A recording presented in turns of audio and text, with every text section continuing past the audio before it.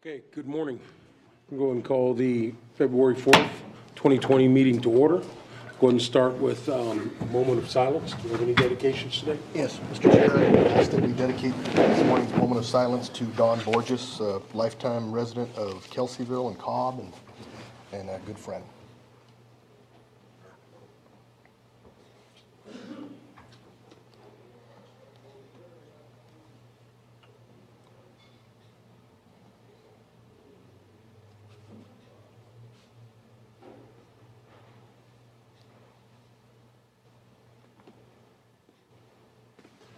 Okay, Mr. Mayor, would you lead us in the Pledge of Allegiance, please?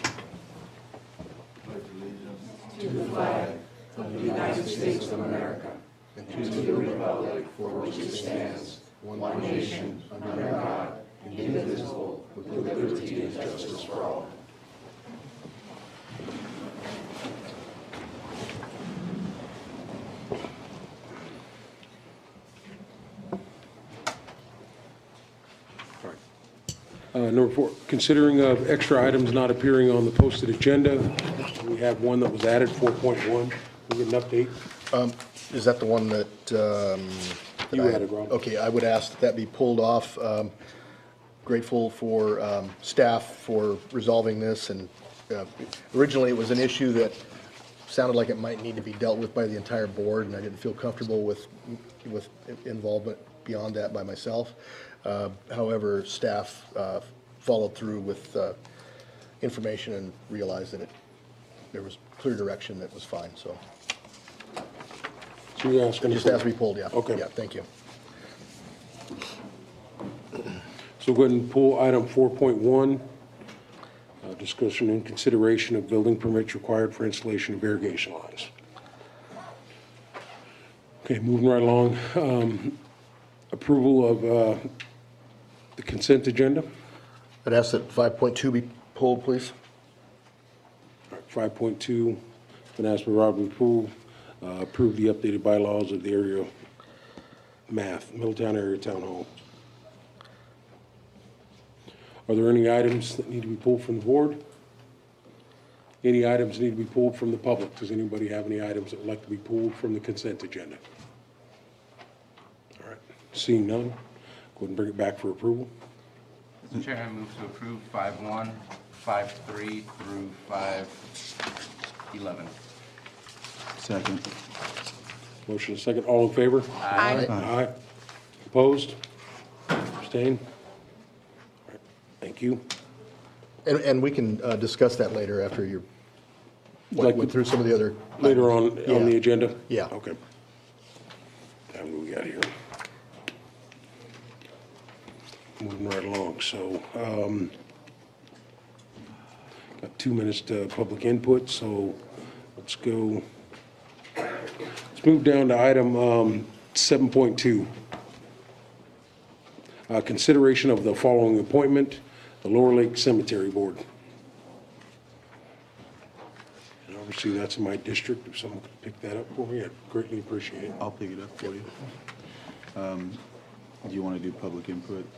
See if they, Yeah, is there any board input on this item? No? Excellent. Any public input for the appointment of the Lower Lake Board, Cemetery Board? Seeing none, bring it back for Mr. Chair. Action. Mr. Chair, I'll move to appoint Bob Menina to the Lower Lake Cemetery Committee. Second. motion and second. All in favor, say aye. Aye. Opposed? Should have talked about it for a little longer. I know, went right through it too quick.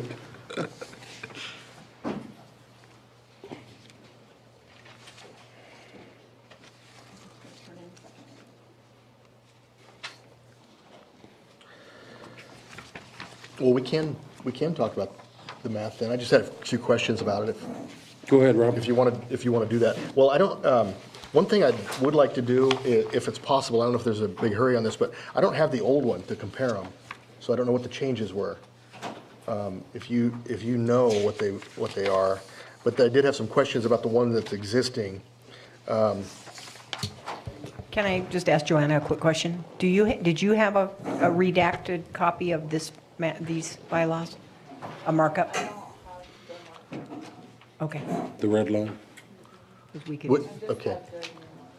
And I apologize, I had, some issues come up on Friday that kind of taken my time for the last few days, so I didn't really get a chance to go over this. It's not a big deal, but I did want to make sure that, that I compared the two when there's changes made. So is it something that needs to be dealt with today, or can we do it next Tuesday? Well, I know that the math board, in attending the meetings all the time, what they've done is they've tried to update it. They do have an election coming up that they're working on at this point. Well, and that's part of the, It's going to happen that's part of potentially the next thing. week. Yeah, 'cause So they- I think we could, what we could do is, we could bring it back next week, because the election doesn't happen until the 13th, so. okay. you have Maybe I information or could just, questions? maybe I had a couple questions now that we can maybe get those amended, because it doesn't say anything about the election in here, or when the Yeah. elections are going to be. That's something that they're working on, obviously. Okay. Obviously, as you know, the math board was put into place, obviously, before I came on. Yeah. Back in Yeah. 2007, 2008, and Yeah. they've been operating a certain way. Right. So we are looking to get the math board in line as far as things are going. So there are going to be some general discussions that happen Okay. moving forward. Well, the election, it should have a date and time, or, like the first Wednesday or first Thursday in January, or whatever. There's nothing really specific. It basically have an election whenever they want, based on this. And then the other thing is, I think it may be an oversight, maybe not, but I think there's 7 members, right? 7 Yeah, elected members. there's And then, supposed to be and then in 7, here it says that 3 make a quorum, and that's usually not typical. It's usually over half. But it So- says, it Yeah. says on there that 2 of them are alternate seats, and then there's 5 members. That's the way it's listed for terms of office in Okay, section 2. if that's the clarification on that, but if they all have a ability to vote, so. And I think the alternates just step in when someone's not there, somebody's just not like there. we do. Okay. We don't have alternate. Oh, you mean on the other? On other committees. boards, on other committees. Yeah. Well, I have Joan, but I don't know if you guys Yeah. have anybody that can, act as an alternate. And then the other little thing was, it refers to SLCPD. I think that's supposed to be SLCFPD. South Lake County Fire Protection Yeah, there's no District. F in there. Should be. Should be in there.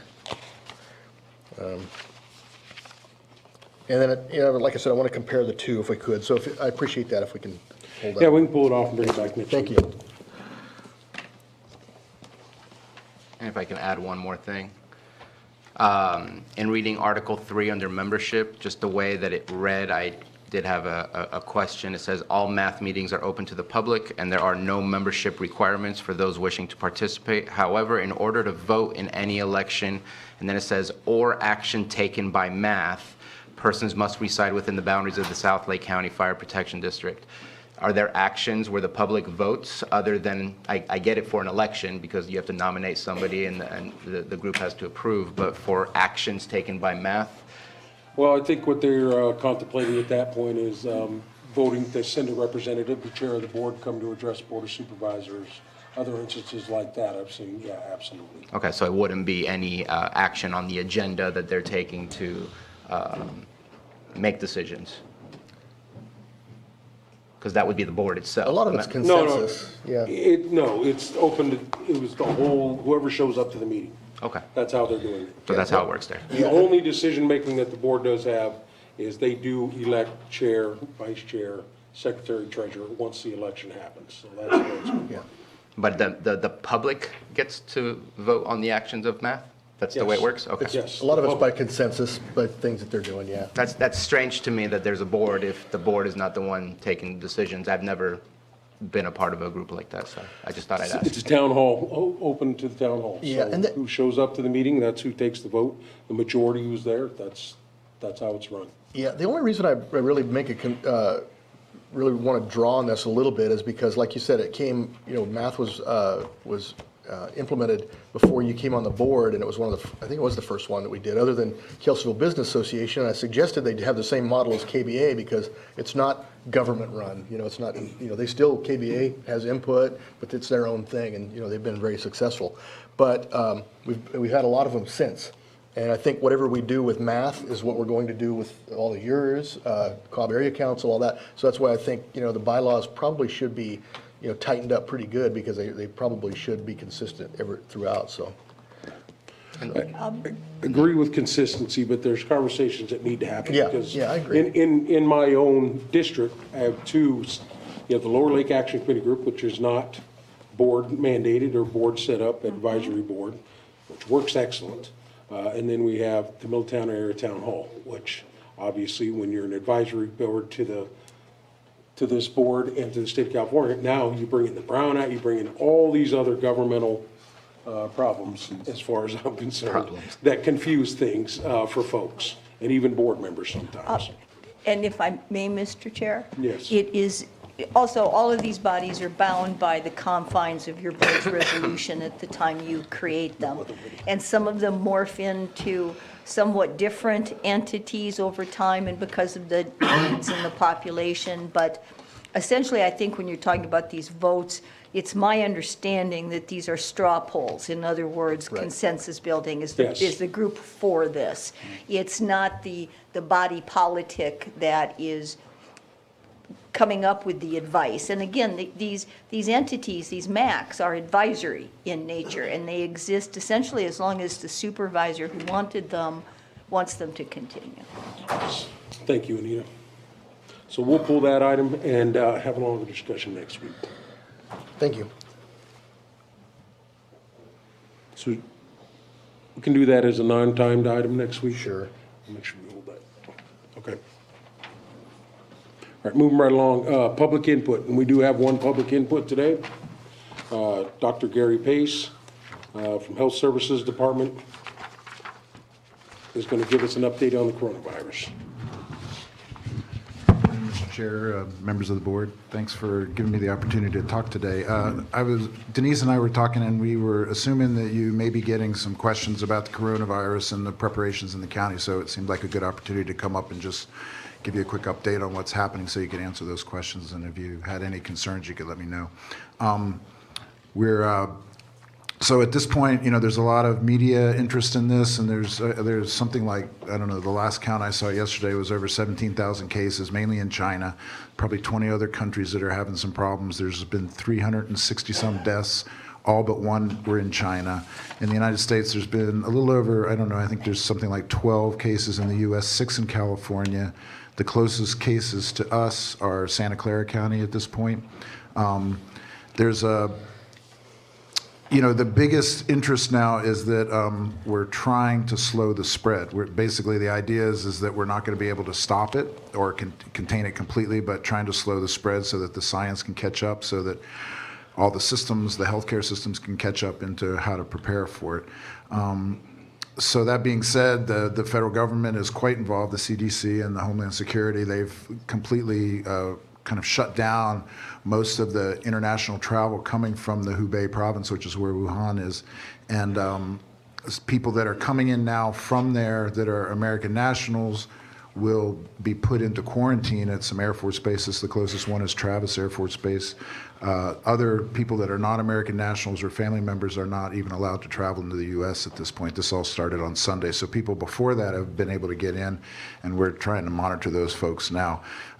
As far as we know, Lake County, there's nobody here that meets any of those criteria. The risk in Lake County is very low. There should be no concern in the public. People don't need to wear masks, or we're not recommending that people wear masks or anything like that. At this point, we think that the risk is quite low.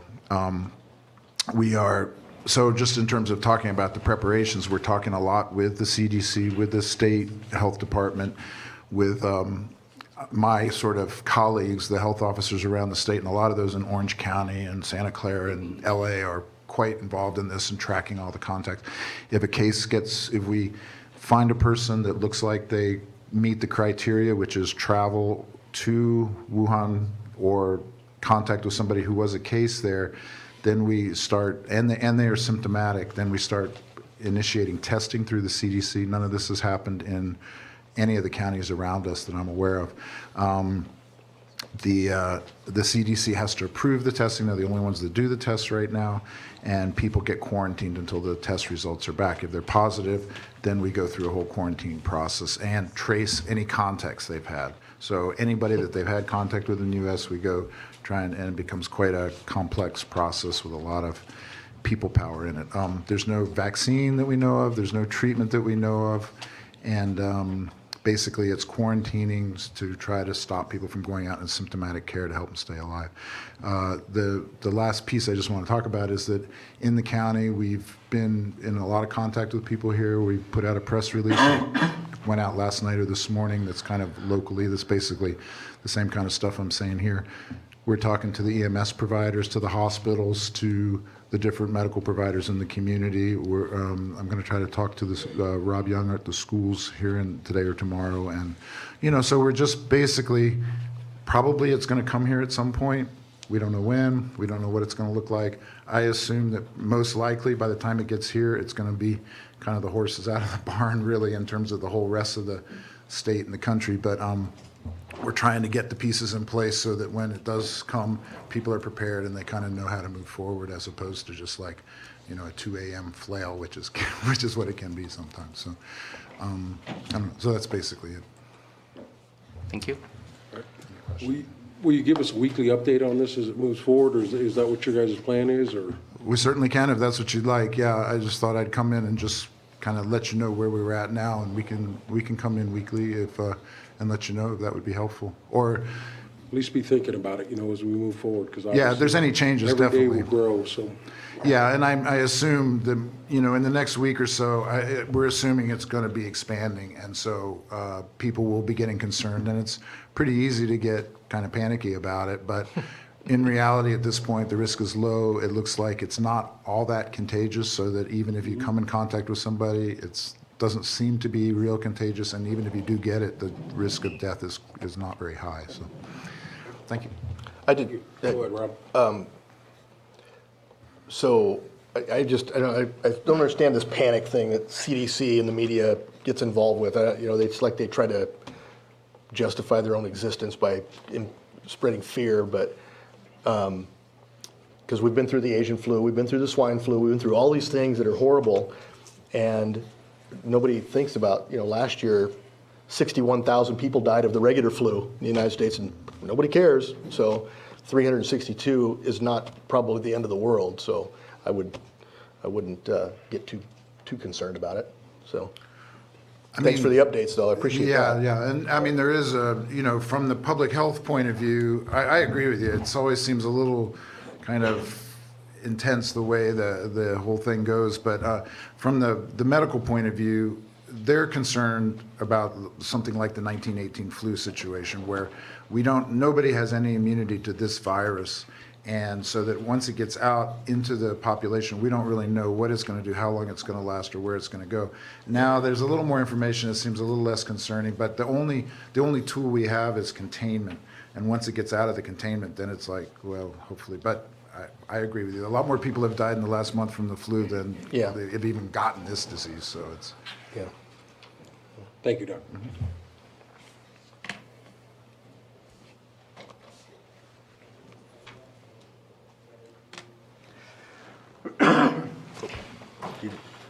Yeah, you keep coughing that way. What the hell's wrong with you over there? Okay, moving right along. Item 6.2, 9:06 a.m. Item A, a presentation of proclamation designating the month of February 2020 Black History Month and celebrating Martin Luther King's birthday.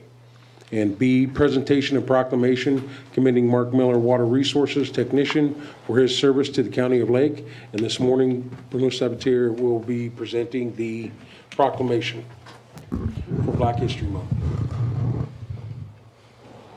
And with me will be joining me Rick Mayo, NAACP president still? Founder and president. To me, for some quick personal words, the meaning of our country is equal rights for all. And to me, the black community has helped bring us to that true statement more so than anyone else. From the Middle Passage, coming here from Africa as slaves in a 2.5-foot hold in a ship, chained in the 2.5-foot hold, to slavery, to the Civil War, to Jim Crow, to all the way to where we are today. Great strides have been made. So I'm proud to present this Black History Month proclamation. Proclamation designating the month of February 2020 Black History Month and celebrating Martin Luther King's birthday. Whereas the Lake County branch of the National Association for the Advancement of Colored People will celebrate a combination of Black History Month and Martin Luther King's birthday as we reflect on the proud legacy of courage and dedication from visionary leaders like Martin Luther King Jr., Elijah Cummings, John Lewis, Rosa Parks, Julian Bond, Fannie Lou Hamer, Ella Baker, Coretta Scott King, Medgar Evers, Paul Robeson, Barbara Jordan, Bessie Bell, Johnny Black, Greta Zeit, Wendy Dalton, and Kobe Bryant. It is appropriate at this time to acknowledge its many achievements and to underscore the positive impact this organization has made in our local community. And whereas the NAACP history is one of dedication and struggle to maintain equality and justice for all citizens of the United States. And whereas the local branch, like other NAACP branches throughout the state and country, diligently works on social programs aimed toward the elimination of racial hatred, bigotry, and poverty. And whereas the Lake County branch of the NAACP is led by Rick Mayo, president and 1982 founder of the Lake County branch. Now therefore be it proclaimed that February 2020 is designated Black History Month, and the Lake County branch of the National Association for the Advancement of Colored People is commended on the vital role it has played in improving the quality of life in our local community, and that the branch be extended best wishes and continued success, passed and adopted this 4th day of February 2020.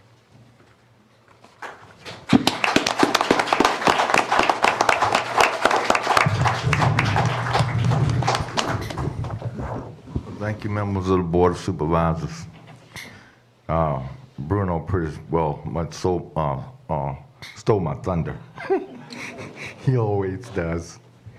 But nevertheless, it's important that we continue to reach out to the diversity that we have amongst us, because we're far better off in the long run, because we all came here, as Bruno said, some in the body of the ships, in the bows of the ships, and others on the decks of the ships.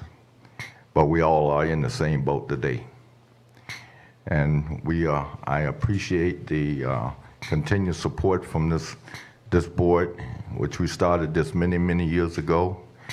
And we appreciate everything that this board has done to try to raise the diversity in the county as well as the rest of the community.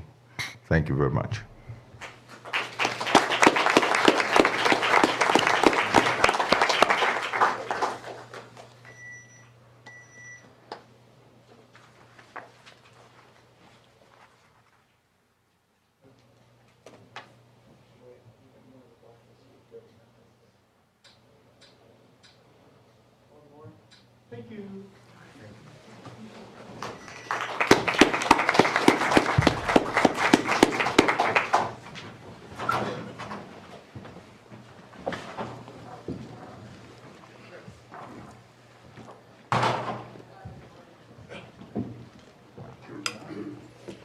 Now the presentation from E.J. Crandall to Mark Miller, Water Resources Technician, for his services to the County of Lake.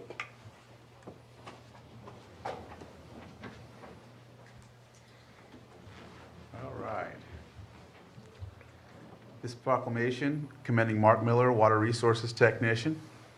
Mark Miller has been a valued and respected employee of the County of Lake since July 24, 2012. And whereas Mark Miller began his career with the county as a mussel decontamination station worker, extra help, and whereas Mark Miller accepted a permanent position of Water Resources Technician on March 9, 2015. And whereas Mark Miller's supervisors have all described him as hardworking, knowledgeable, personable, dedicated, good communicator, and has a can-do attitude. And whereas Mark Miller has been instrumental in the success of the Quagga Mussel Program, making it a standard for other counties to follow. And whereas Mark Miller has been successful in educating the public about the Quagga Mussel Program, thereby keeping our lake free of this invasive species. Now therefore be it proclaimed that the Board of Supervisors of the County of Lake does hereby commend Mark Miller for his service to the County of Lake and to the citizens of Lake County, and extends our appreciation for his dedication, hard work, and wish him the best in the future. He will greatly be missed. Passed and adopted this 4th day of February 2020.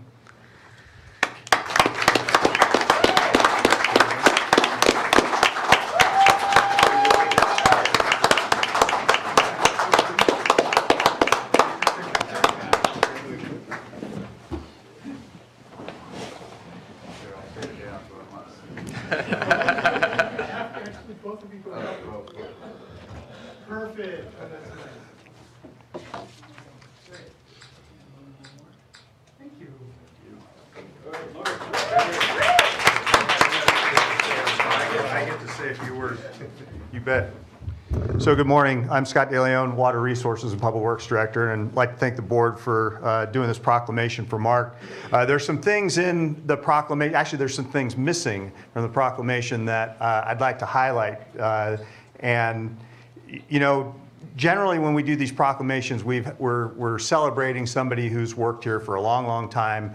And you listen to those dates, and Mark, you know, started as an extra help employee, came on permanent in 2015. So you say, well, that's not too many years. However, the things that this man accomplished in the short period of time, and I'm looking around the room and I'm looking at all these ramp monitors who are sitting here, and all of you gentlemen are here as a result of the work that he did at the very beginning. Some notable accomplishments include obviously the development of our seasonal ramp monitoring program. The Quagga display boat was something that he worked tirelessly to make happen. If you think about this, we were able to put a boat in Lake Mead and then get both the state of Nevada and the state of California's approval to bring it back in this state. And to this day, that display boat goes around California. We were just down at the International Sportsman's Expo in Sacramento, and our boat was on display prominently, and it was an outstanding venue and got a lot of attention. Developed the administrative citation process. We recognized early on that there were some problems with the citation. And so he worked with the Sheriff's Department and other staff to put together that citation process. And I think most importantly, just greater communication and working together with both the cities and the Sheriff Marine Boat Patrol for the development of this program. Mark, outstanding job, outstanding work, and you're leaving the program in a better place than where you found it, and I think we all can aspire to that. We hope that when we leave, we left things in a better place than when we found them, and you certainly have done that. So Mark, thank you very much. I congratulate you.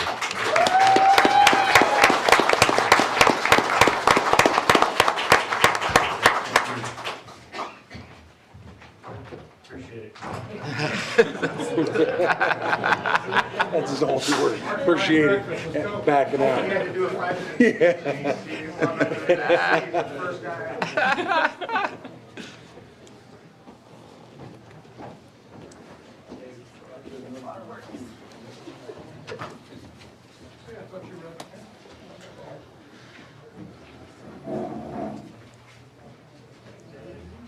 Okay, moving along the agenda, item 6.3, our 910 item, consideration of report of Chapter 13, Hazardous Vegetation 2019 Overview and Recommendations.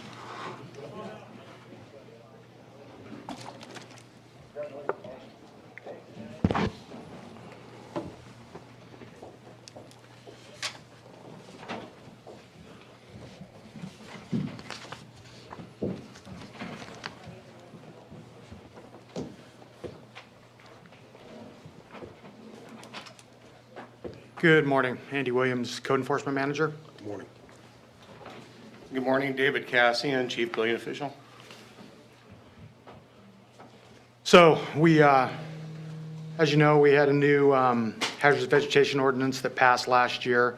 March 19th, it went into effect April the 25th, and we began inspections on May the 6th.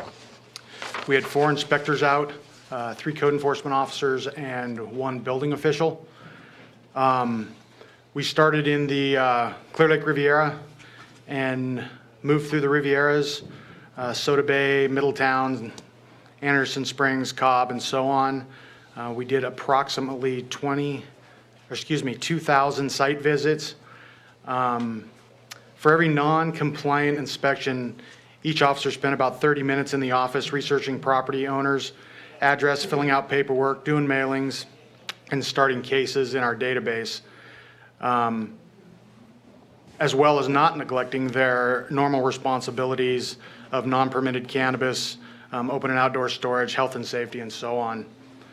Most of the most of the property owners of improved properties were working on hazardous vegetation when we were out doing our inspections.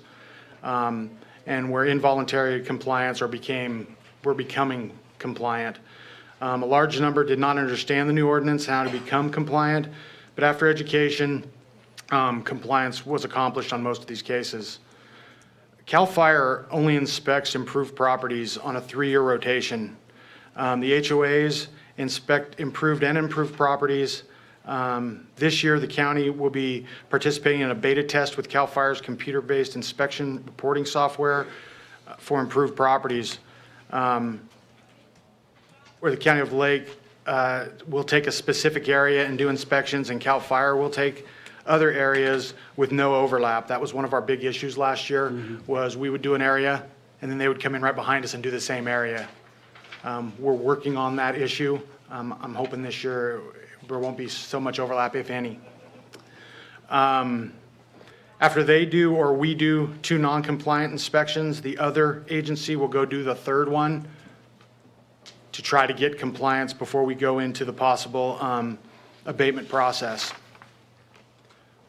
When a property is found to be non-compliant, a courtesy letter with a link to the county's hazardous vegetation ordinance is sent out, and the owner is given a 30-day window to become compliant. If voluntary compliance is not achieved, the property owner then receives a notice of abatement with another 30-day window to become compliant. If compliance is not met, possible abatement action is taken based on severity, topography, fuel load, and life safety concerns. In 2019, temperatures increased early in the fire season and humidities dropped. Winds picked up, making abating hazardous areas of the county very unsafe. So we did not abate any properties this year through our program.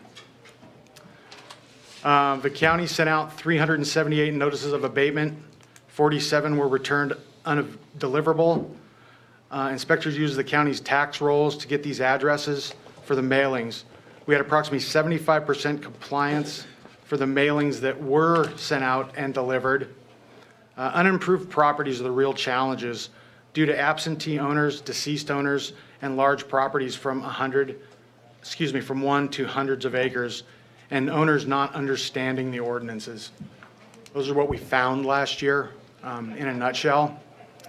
My recommendation this year is that we prioritize areas starting with improved properties and unimproved properties that are within 30 feet of any structure or egress, also known as evacuation routes, starting with Cobb Mountain areas, Anderson Springs, the Clear Lake Rivieras, Riviera West, Buckingham, Riviera Heights, and the urban interface around Lakeport and the North Shore. We are going to base this on the overview summary of 2009, a document that we found, and I believe it was in the Lower Lake Area Plan. It's about 400 pages. Yeah, 394. Yeah, a lot of great information. We put together an educational PowerPoint. It says in progress, but it is now done. We're going to send that out through social media and to all the Firewise councils to help people understand the ordinance and what they need to do. This year, we'll have 1 full-time experienced code enforcement officer assigned to hazardous vegetation, along with extra help if we can put those people in place. But due to the large area that is needed to be covered and the very short amount of time to handle the hazardous vegetation, while still working on the non-permitted cannabis, health and safety, permitted cannabis inspections, grading, and environmental issues, looking for some direction on how this board would like us to move forward so we can get basically the most bang for our buck. All right, thank you very much. Rob, go ahead. So I appreciate that, and I appreciate the need to prioritize, because you got this came up in some discussions that we had regarding the benefit zone, which will come up. Actually, it's already 9:30, so we could technically talk about that at some point too.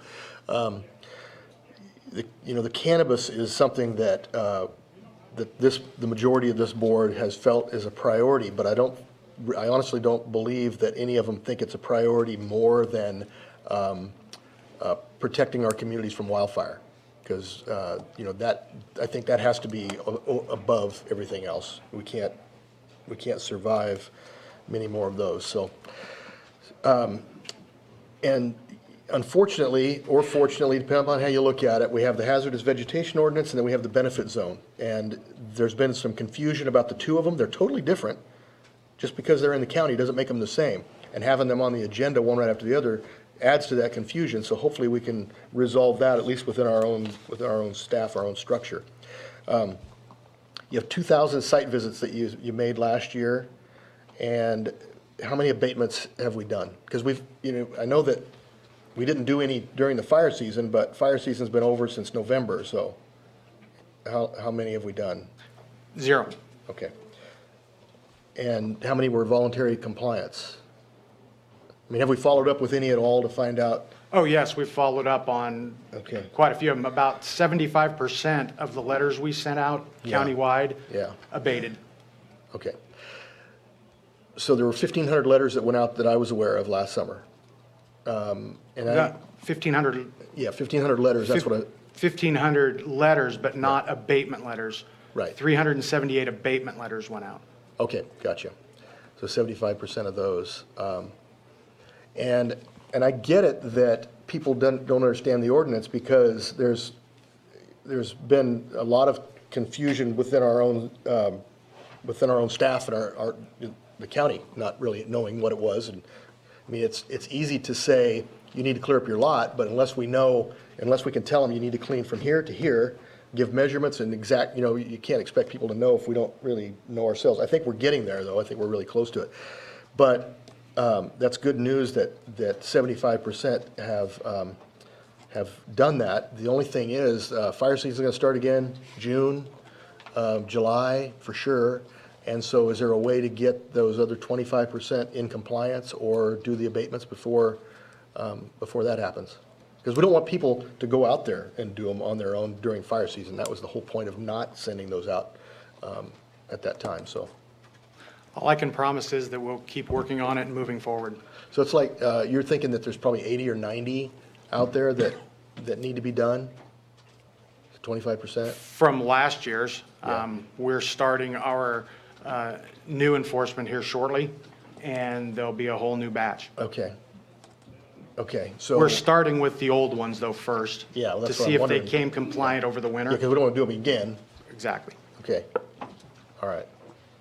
So, you're February now, so what's your time frame for those, do you think? You have anything on schedule? Because I know the cannabis thing's gonna come up pretty quick and, Well, and again, it's not just cannabis, it's open and outdoor storage, it's all the complaints that Yeah. come in from the other no, folks. I get that. I was told, though, that we have the cannabis inspections to do, so we wouldn't be able to do some of the benefit zones until next November. And I think since then, you've recalculated that schedule, so it can be sooner, but, Well, as far as the benefit zone goes, my plan is to have that small number yeah. abated. We're by March. not on the benefit zone Well- item at this point. We well, are on we are- the vegetation abatement ordinance. We are, because he's. The item next is the Okay. benefit zone. So we are on the area of the benefit zone, because the Rivieras was one that he mentioned.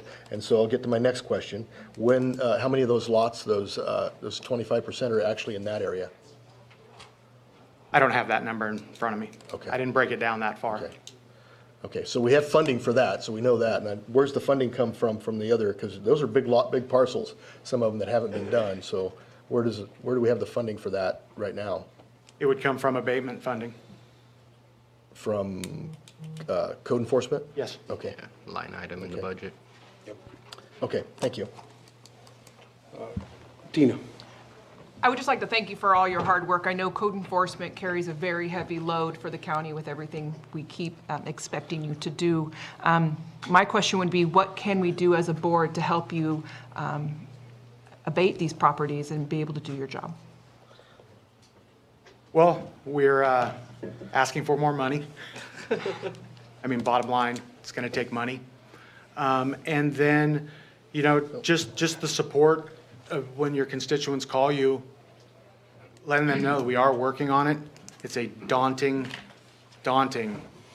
prospect, but we are moving forward. It may be slow, but we are moving forward. We're not giving up in any way, shape, or form. We're just spread very, very thin. And then how many code enforcement officers do we have right now? We have 3 on the street right now. and I'm interviewing for another one actually tomorrow. In a perfect world, how many code enforcement officers do you think you would need to be able to handle all the jobs that we keep asking you to do? At least 10. Thank you. Supervisor Sabatier. So I think the first thing that we can do as a county is we need to lead by example and make sure that we show what defensive space looks like. So any of our properties need to make sure that we do our part to set the example straight. When it comes to, you said you give a notice of violation, then you give another notice that's a little bit more, sets a deadline for when things are supposed to happen before fines start accumulating. So you said 60 days. We give a courtesy letter. Yeah. And then we give the actual notice of violation. Gotcha. And 60 days, I believe we can shorten that. And I think that right now with California setting the example that there is a state of emergency when it comes to fires, that maybe we can utilize that to say this is why we're shrinking the timeline so that this needs to be done within 15 days. Because 60 days from now, if we haven't started this already, we're a month away already from a fire season starting after 60 days elapsed from now. So I think we need to shrink that 60 days to no more than 30 days before we have to maybe take the opportunity to do an abatement. And I know that we're limited on funds, and those abatements we're gonna have to choose which ones we do. But the fact is, we have to move faster and figure out how to make the incentive more. I'd like to review what are the fines. If your house isn't safe and you allow wildfire to continue because your house isn't safe, what is the actual cost to the community versus what's the cost that we're asking you to clean up? And if the fines don't have any teeth whatsoever, it's $50, it's $200, it's $500, it needs to hurt. We need to make sure people do their part to keep their community safe, because it's not just their house, it's not just their property. Fire doesn't stop at the property line. So I'd like to see that time frame shrunk. I'd like to review the fines and what are we doing about it. These these letters that were returned, I know that it's an issue countywide. City of Clear Lake definitely dealt with that a lot. We have either absentee landlords, expired landlords, and properties that have not passed on to next of kin or so on and so forth. I would like those properties to be, I don't know what the process is, and we should figure out the process, but somehow or another, I'm willing to bet those properties are tax defaulted. And if nobody is responding to us asking them to take care of their properties, maybe those need to be priority properties for us to put on the next tax auction. Rather than saying we can't do anything about it, nobody's responding, we have some abilities of what we can and can't do. In fact, I believe that right now it's a 5-year term for whether we can put things on a tax auction, but if there's an abatement on the property, we can dwindle it down to 3 so we can get that, recoup that money a lot faster. So again, there's different avenues if there's a code enforcement issue. I see here that you did the Riviera and went to Middletown. What is your plan on where to start? Are you starting at Lower Lake and then hitting up the North Shore? What's your area that you would be focusing on? Because obviously you started in the Riviera, moved up to Cobb, and then went on down to Middletown. And I appreciate that you did that. Just wondering, what is your plan for focus at this moment in time? It would be, again, starting in Cobb, Loch Lomond, Whispering Pines, Rivieras, basically the big urban interface areas, North Shore, urban interface, Spring Valley. So I appreciate that you said Spring Valley, because that was one in my mind where they just keep getting hit. So definitely want to see us moving around the county rather than always looking at the same areas. And in a perfect world, we'd be doing the whole county, but we know that that's not always going to be possible. As far as just to say for cannabis, I would prefer you focus on fire until fire season starts. Once fire season starts, focus on cannabis. Because if we can't do abatements, then what's the purpose of going out and telling people that something is wrong so they can break out a chainsaw and start a fire? That needs to happen before fire season.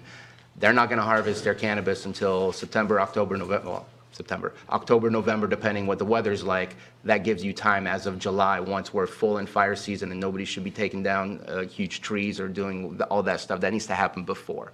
So that would be my reason for shrinking that time frame. 15 days for the kind letter, 15 days for the notice of violation, and let's get on it. Okay. Andy, I want to thank you for bringing this, and Michael, and as you guys bring this stuff forward, David, thank you very much. This is our second year. The one thing that I am happy about is the collaboration with CAL FIRE and working with their, what is their system called, do you know?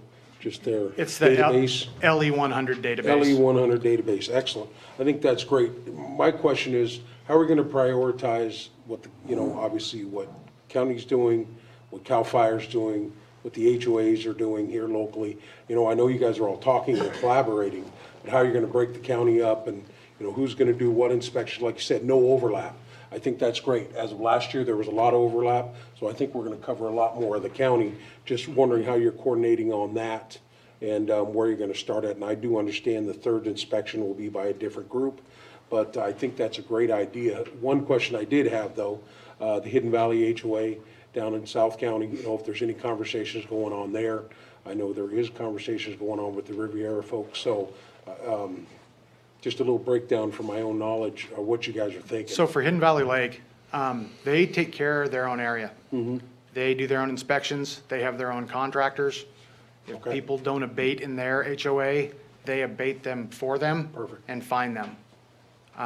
They know that we are there if they need us, but last year they didn't call us at all. Excellent. They took care of their own issues. One question on the Hidden Valley area, one of the largest populations down in South County is butting up to them behind the ranchos and stuff. You got Jerusalem Valley back there as it comes up on the backside with a lot of the chaparral stuff. So I know there's some large landowners over there, just making sure we're paying attention to that area too, as we move forward. But I did see in here, which I'm encouraged about, you guys were talking about starting inspections in February and March after today's meeting, so. Yes, I've already a step assigned an forward. officer to hazardous vegetation. And as we get to the benefit zone, he's been working the last week just on that. And we're laying out a plan for the rest of the county. CAL FIRE is hiring their inspectors this month. Okay. So as soon as they're hired, we're going to have a 3-day training where we classroom and then we all go out in the field. So we're all using the program efficiently. And we'll have split up areas at that point for abatement. But again, CAL FIRE only does improved properties where we're doing improved and unimproved. Unimproved, yeah. One other follow-up item from last year to this year, a lot of conversation. We're really looking for compliance, and that's great to hear that we 75% compliance, as we move forward and starting from the ones that didn't comply. Because ultimately, that's what we're hoping for as we move forward with this here and not having to do a bunch of abatements, but getting to that point that people are really buying into this program. The one thing I would request, if there is a video or something made, I think PEG TV could be a real asset for us. It's for educational purposes. If we could get it on there, so there is some more communication and not something you guys have to do on a daily basis, but get them to run this thing between now until July 1st, when CAL FIRE makes their designation of fire season as the weather pertains. I think July 1st is kind of their start deadline. So I think that'd be a great opportunity to work with Ed Roby and PEG TV to get this on as an educational item and anything else we could do. Because it does help. It's great to read a document, but it's another thing to see, this is what we're looking for, to educate the community. And I know there's a lot of folks that are going to speak later on today that really understand how important this is as we move forward. All right. Supervisor Brenham. So I appreciate Bruno weighing in on a priority, and I agree with him that until fire season starts, this is the priority. And what I want to talk about, though, is a priority in the county. And I'm not doing this out of, selfish over, it's my district or anything. It's actually part of it's Tina's district, a big part of it. And, but when we talk about Spring Valley, we talk about Whispering Pines and areas on Cobb and even Hidden Valley and all that, the burn scar and the fire line, the literal fire line that's been cut, goes all the way from Highland Springs, all the way around the North Shore, and comes back around up Cobb. I mean, circles the entire county. So that's not to say there aren't some areas in there that are left that could burn, and we need to look at those. But for the most part, there's a burn scar there, so we've got a little time before the brush is gonna come back, and it won't be that much longer. But the areas that I'm the most concerned with are the areas that have not burned, that do not have a fire line, and those are the Rivieras and Buckingham. 20% of our county lives in that area, in that small stretch. Now, you mentioned earlier, when Tina asked, what you need more money. Well, you got plenty of money for those areas. They're ready to go. We have funding, and it's ready to go. And so, again, we'll talk about that in a second, but the bottom line is those areas are ready to go right now. There's a list. It's relatively small, actually. I think it could actually be increased by some of the areas that are surrounding those communities. But, we have $300,000, which should be $500,000 by the time everybody pays their taxes, and $500,000 right there. So we're ready to go. So, and for me, so that'd be my priority. BJ? Yeah, so just a quick, Bruno had mentioned it briefly about setting the right example as the county properties. I just wanted to mention too that, and find out what's remedies for our properties, because that comes up a lot in the Lake County Fire Safe Council meetings, as they're asking about what we're doing about our properties. And so I thought maybe you can weigh in on that. Can I add to that? Because that's not theirs. Code, we don't abate our own property. It's our job to take care of it. And the manager of the county property overall is the administrative office. Okay, So well, I just thought maybe we could weigh in on that Yeah. so that they can Yeah. hear, because I know it's gonna come up in public input as well. So Yeah, but it wouldn't be up to code enforcement to actually see to it that it's done. I just wanted to see what he's telling them. Oh, gotcha, yeah. They can provide us a kind letter to abate our Yeah. Or we could just do it.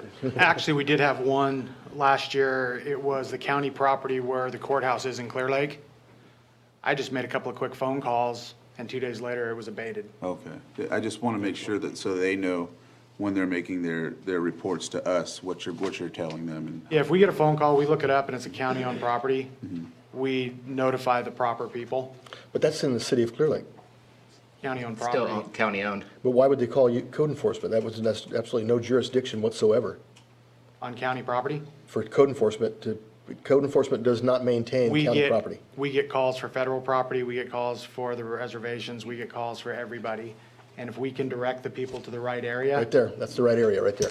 So anytime it's a county-owned property, please just call it to my attention. Okay. Yeah, That's new information for me. okay. My bosses at the time when I was doing this, they told me a different direction, so I will follow that direction now. Good job on getting it abated, though, whoever it got done. Bottom line is, the grass got mowed. Thank you. And the other thing too is that and you're in the fire safe, or not the fire safe council meetings, but the risk reduction authority. And they're planning on having an event, I think in April, May, or it might be March, but. It's March 29th. March 29th. And so maybe we could have something by then so that we, in accordance with the vegetation abatement ordinance, so that way that either video or whatever the case, PowerPoint can be put up there. That would help. Absolutely. I think so. Just putting some input in, so. Thanks. All right, Supervisor. So, speaking of you need money, we've had the conversation before about CDBG work program funds that might be available to use for things like code enforcement. Do you have any updates on if we've taken steps to look at that? I know the city of Clear Lake gets something like $350,000 a year through CDBG work program, and it's dedicated specifically to code enforcement. Wondering if we've taken any steps to make those things happen, or if we have, as a board, need to approve something to take those first steps. How much do we have right now? I mean, there's money in there. Over 250,000 in Yeah. for the benefits on. No, I'm talking about the hazardous vegetation. I have to look that up. I don't have. For code enforcement. It would be code enforcement Code abatement. enforcement budget. For abatements, Yeah. we've spent our money this year so far. Okay, because More money is coming. I asked where the funding comes, and you said code enforcement, but there is no funding there. It's- That's where it's supposed to be. It's the abatement fund. Okay. So, Hi, Michaela Delvaux. Director. It's a nuisance abatement fund, and code enforcement has almost used, Andy, how much is remaining? I think there was Less than $50,000. less than $50,000 remaining, and we were asking for an increase that will be coming up during mid-year. Mid-year, okay. Excellent. Okay. So also to answer Supervisor Sabatier's question, as you recall, you remember last year when you had the group of all the potential funding entities present, and they talked about a NOFA that was going to be released soon. The NOFA has been delayed several times and still pending release date unknown. Once that regular NOFA is open, then we would come to your board with a public hearing and decide how to apply for funds, but there's been no progress because there has been no NOFA open. Right. The only NOFA that's coming open right now is the one that pertains to disaster relief, and it's tied to the North Bay Firestorm of 2017, and that's very specific to the Sulphur Fire area. Right, right. Well, I think that once the state decides to open it up, that is a good course of action for us to be able to make our code enforcement more robust. So, something to pursue. And looking at the budget, it looks like there's $210,000 for nuisance abatements. All right. Let's open it up for goes public fast. input. Is there any public input? If we could have you line up along the wall there. Good morning. Is that on? Terry Logston, Scotts Valley Band of Pomo Indians. And I think I know the answer to this question. I just wanted to get 100% clarification. So the private properties that are within the footprint of the Mendocino National Forest that are in Lake County, those are also under this ordinance? If it's federally owned, No, private property within the forest. There's a lot of. yes, the little islands. Yes, so Yes. they would be under this ordinance? Yes. Great, thank you.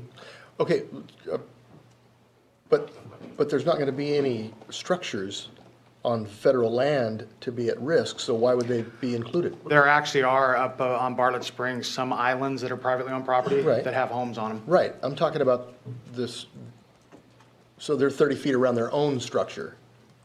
30 feet would be. Because the hazardous vegetation ordinance was to protect structures of neighboring properties. Well, it's written for improved and unimproved Right, parcels. for your neighbor, in order to keep your neighbor's house from burning down. That was the intent of it, and that's what the language, I'm pretty sure, it says, actually. From the property line to It the says neighbor's. 30 feet from a structure, it doesn't say your neighbor's structure. I think in the ordinance, it actually says, but it's clear in there that there has to be 100 foot to the neighbor's residence. That's And- secondary load for fuel. Right, but that's in there as 100 feet to your neighbor's structure, your neighbor's residence, not structure. And that would be from, like if your neighbor has 30 feet or, whatever the distance is, it'd be 100 feet of brush. So if you cleared your brush and your neighbor still had 30 feet of brush, that's their problem. You have 70 feet that you have to clear. From 0 to 30 is one regulation, from 30 to 100 is a separate. And I get that, but, okay. We're going to go round and round in circles, but I don't know, I don't understand why, they should take care of their own property, but the hazardous vegetation ordinance is there to eliminate the threat of your neighbor's property that you have. That's what it was sold as, and that's what we've been looking at, and that was all the letters that went out showed, indicated that that's the protection that you need to offer to your neighbor's residence. On unimproved. Or improved, either way. Unimproved or improved, either way. If there's a residence, if I own property that's unimproved and my neighbor's house is 30 feet from the fence line, I have to clean 70 feet of mine. But if it's federally owned property, I have no teeth with the federal government. That's what she's asking. So you're talking about the property I'm that's talking the about island. just on the county property. So the homeowner would have to clean from their structure to the 30 feet or to their property line, which is. Their own circumference. Their own circumference. Okay, so. Yeah, I can't force the federal government to clean a thing.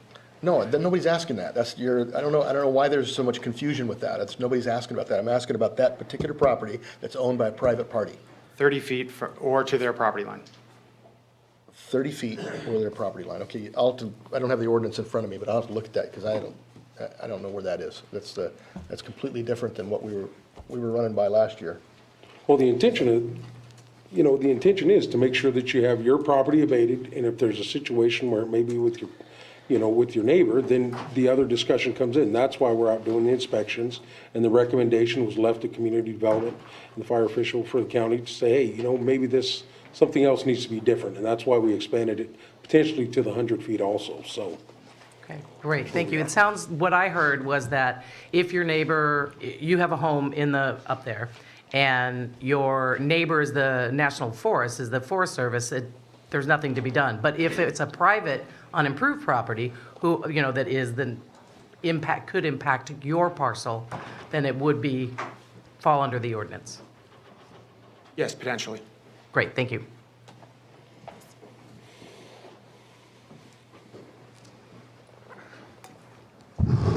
There we are. Good morning. Ken Kelson, Clear Lake Riviera. I'm in charge of the Firewise program. Just to let you know, Clear Lake Riviera, we are doing our own inspections on improved and unimproved parcels. We're working very closely with code enforcement and CAL FIRE. We will be in the same class taking the LE 100 class for inspections. 2 years ago when I started, we had 500 parcels rated as high. This year we have less than 100. Nice. So we're making good progress. We enjoy working with all the people, the Board of Supervisors, code enforcement, and CAL FIRE, but we are making great strides. So I just want to let you know it is not all lost. Thank you. Good day. Thanks, Ken. Jessica Pyska with Cobb Area Council. I'm really grateful for this review because this is how we make the ordinance stronger. I think it's been really successful this last year. It's an investment in our safety, and it's setting the standard for property owners. If they're going to own property in our county, then they're going to maintain it and maintain it for the safety of the communities. I do think that there needs to be more community outreach with the ordinance. A lot of people don't understand it. It was really difficult to find the language on the website. So having a video or having a little bit of a marketing campaign would go a long way. Thanks.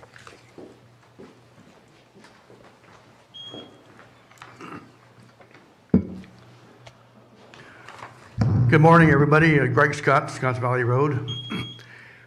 When you talk about education, and I've done a lot of it on fire prevention over the years, I think we need to know our audience a little bit better. And here's some suggestions to think about. Target your focus on the high schools and educating the kids to take home the material to the parents. Often that has an influence. The 4-H, FFA and 4-H, those are kids that are agricultural. And if they get that material in their groups, they're going to go home and tell their parents and hopefully motivate the parents to understand the education of what we're trying to do in the ordinances and what you and CAL FIRE are trying to share in fire prevention. I think those are target areas as well as town hall meetings and people that could be aware that these inspections are not only coming up, but how, and with handouts, what they need to do ahead of time to help them prepare to save your few inspectors trying to educate them, where this gets out more through the video or through handouts in schools or the other organizations that may help prepare them to start working on this instead of trying to figure out how to get 10 inspectors, 3 per district, or that's 2 for supervisory district. That's still a big workload for those 2 people to do. Secondly, last year, what was the largest fire in this county? 58 acres. Big difference. We had 31 inches of rain. And so the fuel, the heavy fuels, the brush and the timber didn't have a chance to dry out like they normally did during the drought. So it was easier to control fires, even though south of us, though, we did have a large fire.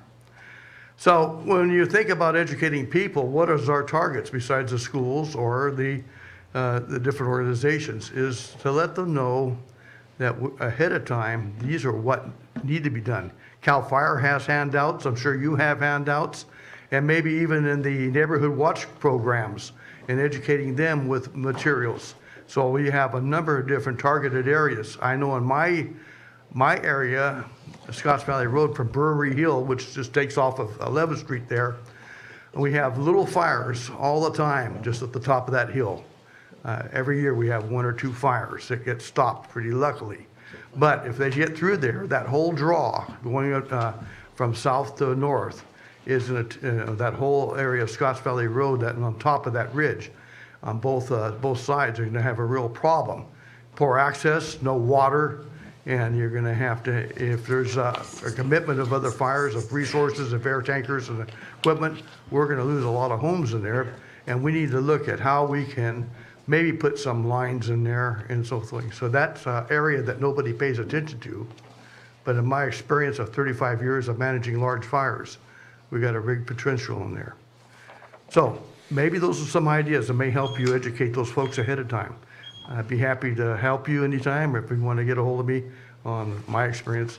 The other thing is PG&E. We used to have the LA 38 program, which is now the LA 100 program. I'm going out on inspections with a series of inspections and get them.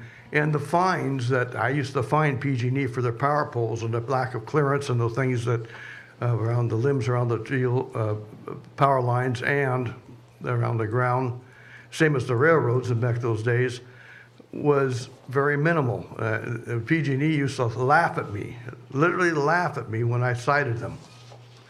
And so it's not a question of increasing the fines in the county. It's a question of getting your state legislators to get off you know what and start increasing the fines that have teeth in there so CAL FIRE can be more efficient along with you and making these more of an effective measure of getting folks to hesitate to clear it, to do with that.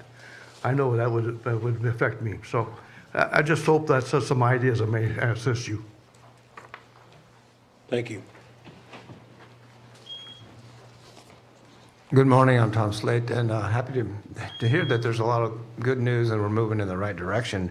The only question or concern I have is that apparently to avoid overlap, CAL FIRE will be inspecting some areas and the county others. But as far as I know, CAL FIRE just does defensible space, and what the county does is much broader. So I have a concern that the standards in one area, there's a lot more possibilities for fire prevention with what the county does than with what the CAL FIRE does. Thank you, Tom. Question to you then, Andy, on that, just on that concern there. We're going to set up this year, obviously the first time we're doing it, so a beta test, as you were saying. But as developing through the ordinance and everything like that, communicating that with the homeowners associations and other things, to be looking at the information as we would as a county as you move through that. Will that be an education process this year that you work directly with CAL FIRE and with the HOAs as they're doing it? Yes, it's going to be a cumulative effort between all the agencies to just try to tighten this up and get the most bang for our buck, get the most information out there, get the most properties abated, and get our county as fire safe as we possibly can. Okay. Just kind of setting a standard. Yes. This is what we'd be looking at from the county standpoint. Yes. If you see something, let us know and we can double check. But okay, excellent. I really appreciate all of this. I lost a structure in the Valley Fire, but I had some questions. Some of them might be very ignorant. So reading the ordinance, I thought I was under the understanding you could only clear so much brush. I think it was a 1/4 acre at a time. And so I'm kind of curious, maybe just to help some people out. I have a neighbor who has to clear at least a few acres. And if you need a grading permit, you're not supposed to do it till April 15th. We don't want him out there with any heavy machinery. We have an old fire break that goes, that would stop a fire going up to Cobb. And so it needs to be cleaned out.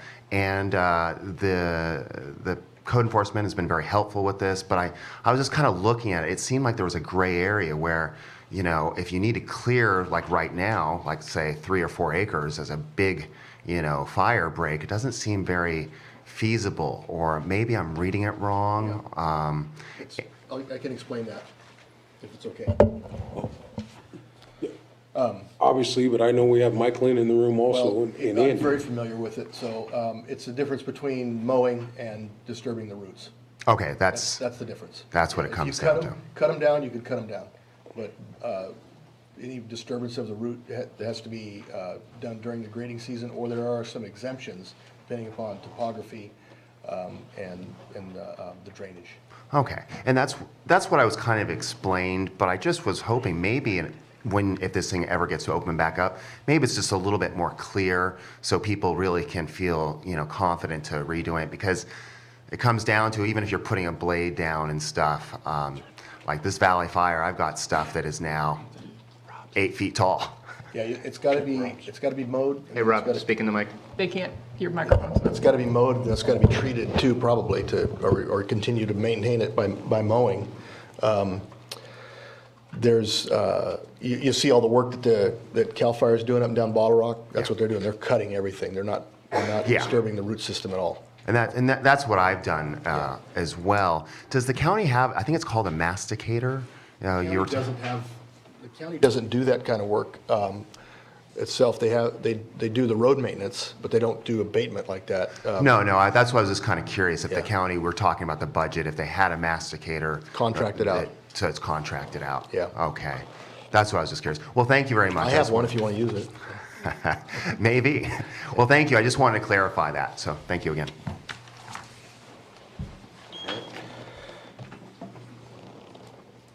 So I think, obviously, any more public input? I do have one thing real quick, because Jessica pointed out that you can't find it anywhere, and I looked on our website. It's not on our website. I still can't find it. No, it's got to be, we got to add that link. We got to have that on there. No. No. That's the next item. I'll We're let still you on, know soon. yeah. we're Yeah, still on next vegetation, item. yeah. I was getting bored, thank you. Okay. So in 60.2, improved parcels, 2.1A, maintenance of a 30-foot defensible space around all buildings and structures. However, in all circumstances where California Public Resource Code 4291 is applicable, state law shall control. And what I was talking about is 2.2, if so determined by county fire official or his or her designee, as defined herein, additional defensible space outward to 100 feet from all buildings surrounding neighboring structures may be required depending upon property slope, fuel load, and fuel type. So that's what I was talking about.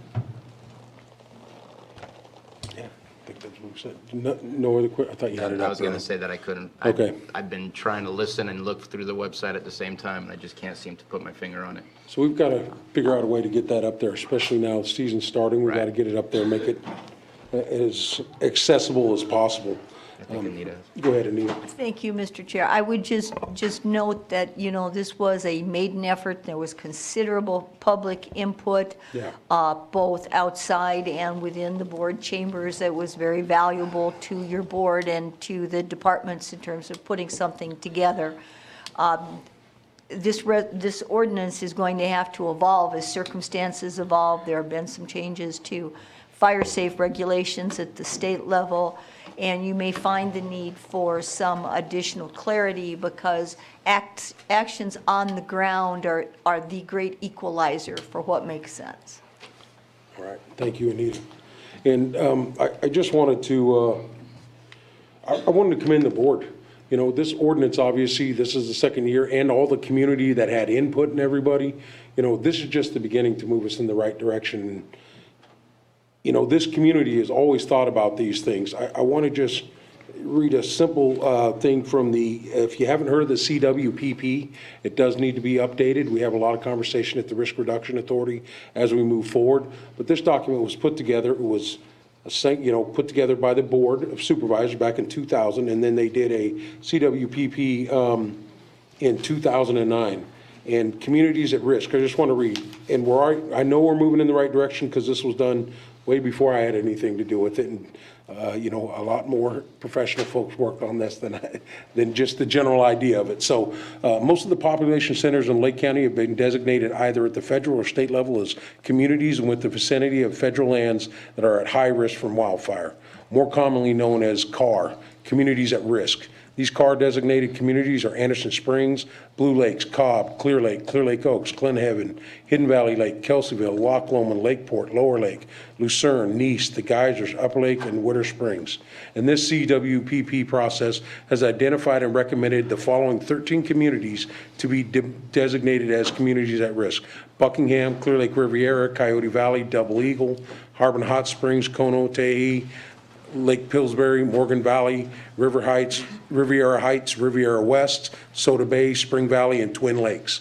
So I know it's taken us a while. We're 10 years after this document, at least getting something implemented in 2018, 2019. But we have a lot of information in this document as we update it. But this vegetation ordinance is just one more tool that we're going to have the opportunity to really turn this into a fire-wise county like we're looking to do. So all these discussions happening, I think, are critical as we move forward, but we're right on line. And if, Andy, you haven't had a chance to look at this document, you tagged us here.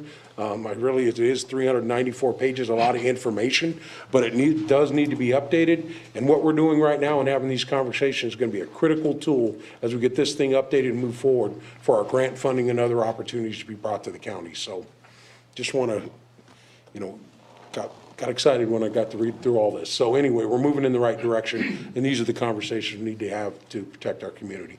And I know you guys are spread thin, but the collaboration with the HOAs, the Firewires communities, everything that's happening, this thing is going to move in the right direction. So thank you very much for your hard work, and I know it's not easy dealing with individuals out as property owners, getting them to understand. But the education point this year really needs to, kick into high gear, and I think the video will do that. And we'll get our other partners to hopefully help us move that forward. Supervisor Sabatier. Yes, I agree with what you're saying. However, we're looking at here, it says recommendations. I think we've recommended that we support doing the education piece. Yes. I think that we have consensus on that. But I'm looking for consensus on shortening our time frame. Or else we're just going to paper push and not actually take action. And I don't want to paper push. I want to see results. And I'd like to find out, and I need to do my own, I just thought about this as we were going through this agenda.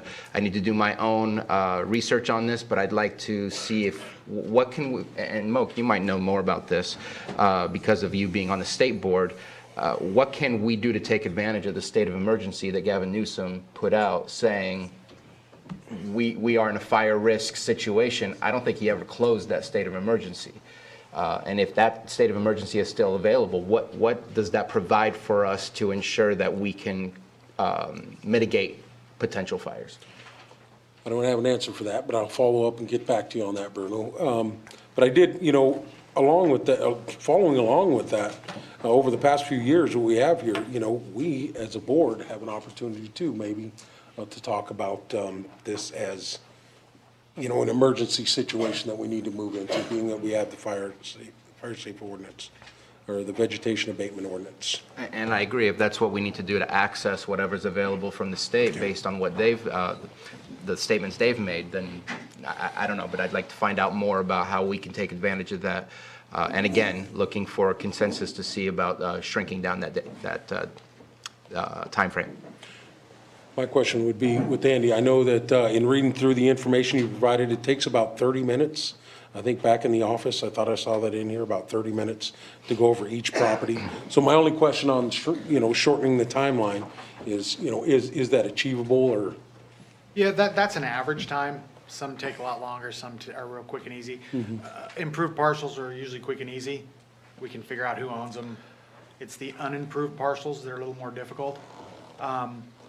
But I think 15 days is absolutely a wonderful idea. Shorten this thing up, give them plenty of time, but then let us go get these abatements done. I'm in favor of that also. I do see I have a couple of people standing up. Could it be all right if we open back up for public input for these two?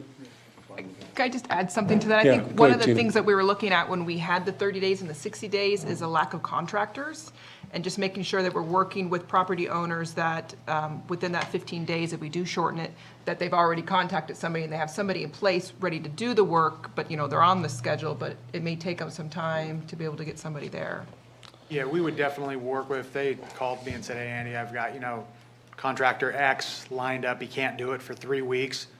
I would get the contractor's phone number, call them. If they verify it, I think that's very important, Okay. that piece of that. Communication. And I think that's typically how code enforcement works, because you're looking for the results. You're not looking for the beat down of the fine or abatement and now pay this. We're looking for the end result to be a clean neighborhood, a safe neighborhood. As long as there's communication and proof that you are doing something to fix the problem, I find code enforcement is always willing to work with people, so. absolutely. All right, go ahead. Great, thank you. Terry Logston, Scotts Valley Band of Pomo Indians. Just, you brought up the CWPP, so I just wanted to ask, I know the Lake County Resource Conservation District is in the process of updating it. Do you have a date or a timeline of when your board will get an update about that? No. Okay. Don't at this point. Okay, thank you.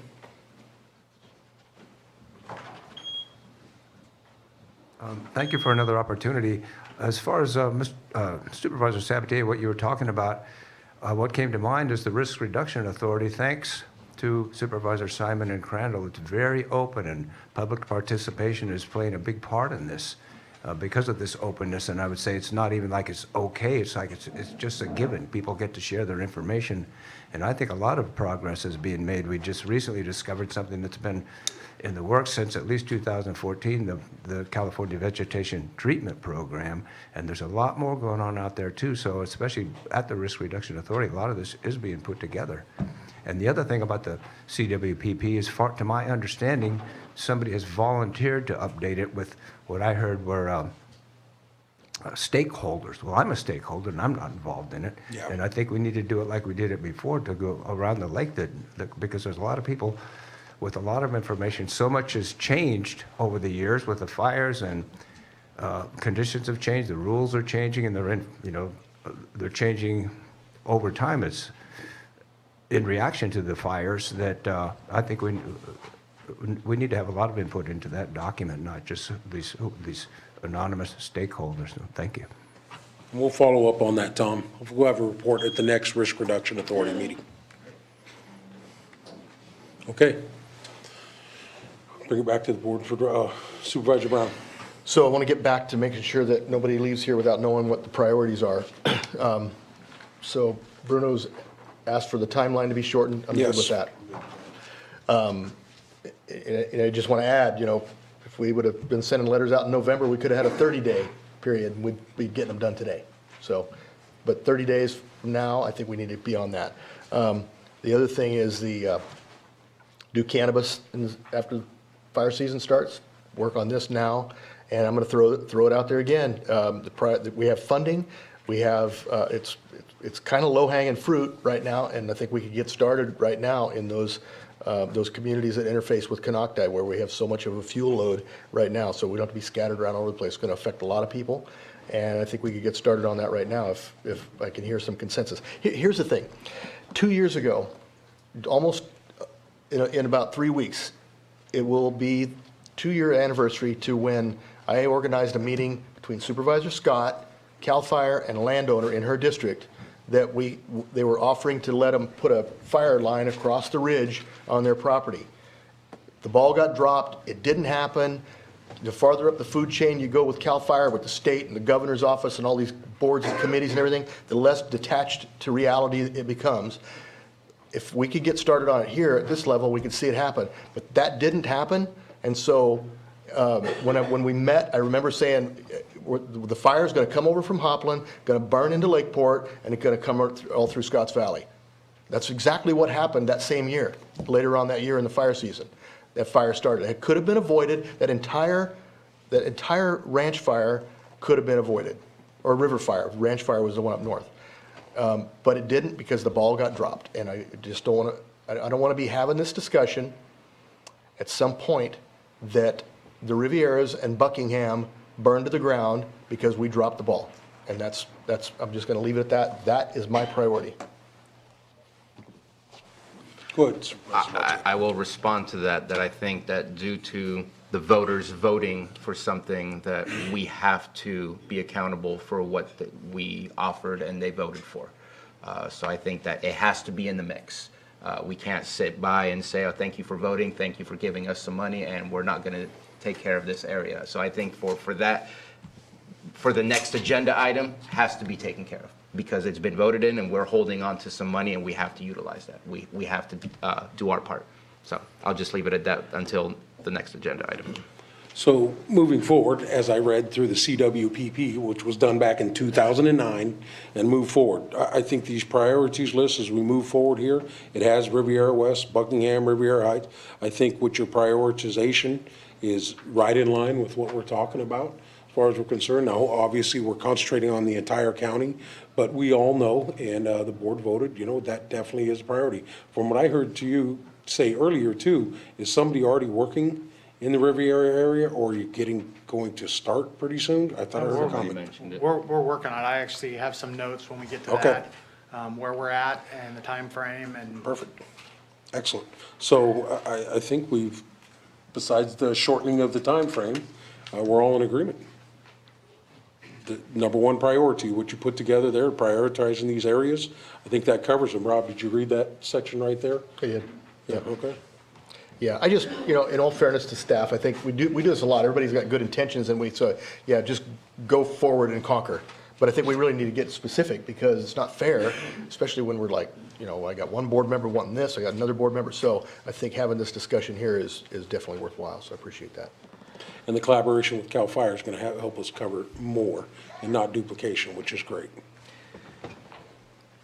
One last comment for the CAL FIRE piece, because I know this occurred in the city of Clear Lake between the code enforcement and then the Lake County Fire Protection District, where we at one point would hand it over to the Lake County Fire Protection District, and they would almost start the entire process all over again, saying, well, I need to go look at the property now. I can't go with just what I have in my hand, because now I'm going to sign off saying that you need to do such and such.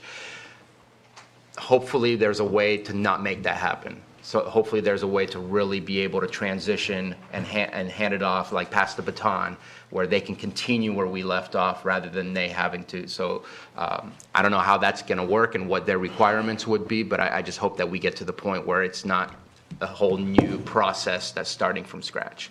That's part of using this database.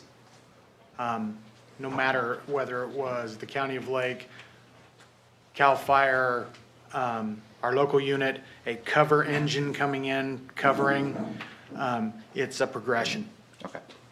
So you're not reinventing the wheel, you're just adding new spokes. Good. Awesome. Okay.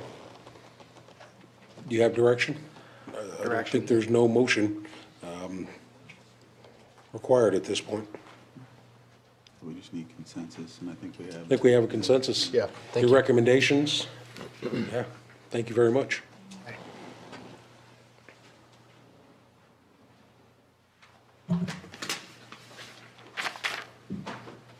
Okay, moving right along. Item 6.4, consideration of update from community development staff as it relates to the benefit zone in the Clear Lake Riviera, Riviera West, Buckingham, and Clear Lake. So, I received a total of 52 properties between the 4 benefit zones to go look at. I personally went out and looked at them myself. As of this morning, all 50 properties have been sent abatement letters. They have 30 days to abate their properties. During that 30 days, we will be contacting contractors and getting bids on those properties. They may get abated, and we don't have to do anything. But at least the progress has started, so if they don't abate them, we'll already have the bids in place. We can get the warrants we need if we need a warrant and get these things abated. And in a perfect world, I'm hoping by the end of March, first week of April, this whole project for this phase is done. Perfect. Excellent work. Yeah, thank you. Any more questions from the board? I have a question for Anita. I know we're talking about shortening up times. Do we have any legalities of having to wait to do that, or is that something we can do right away to be able to shorten it to 15 days? Shortness of time depends upon the language of the ordinance. And if the ordinance says up to 30 days, then a lesser time. If there's an urgency, then it can proceed under summary abatement. So it really does depend upon what the language of the existing ordinance is. I'll look into it. Okay.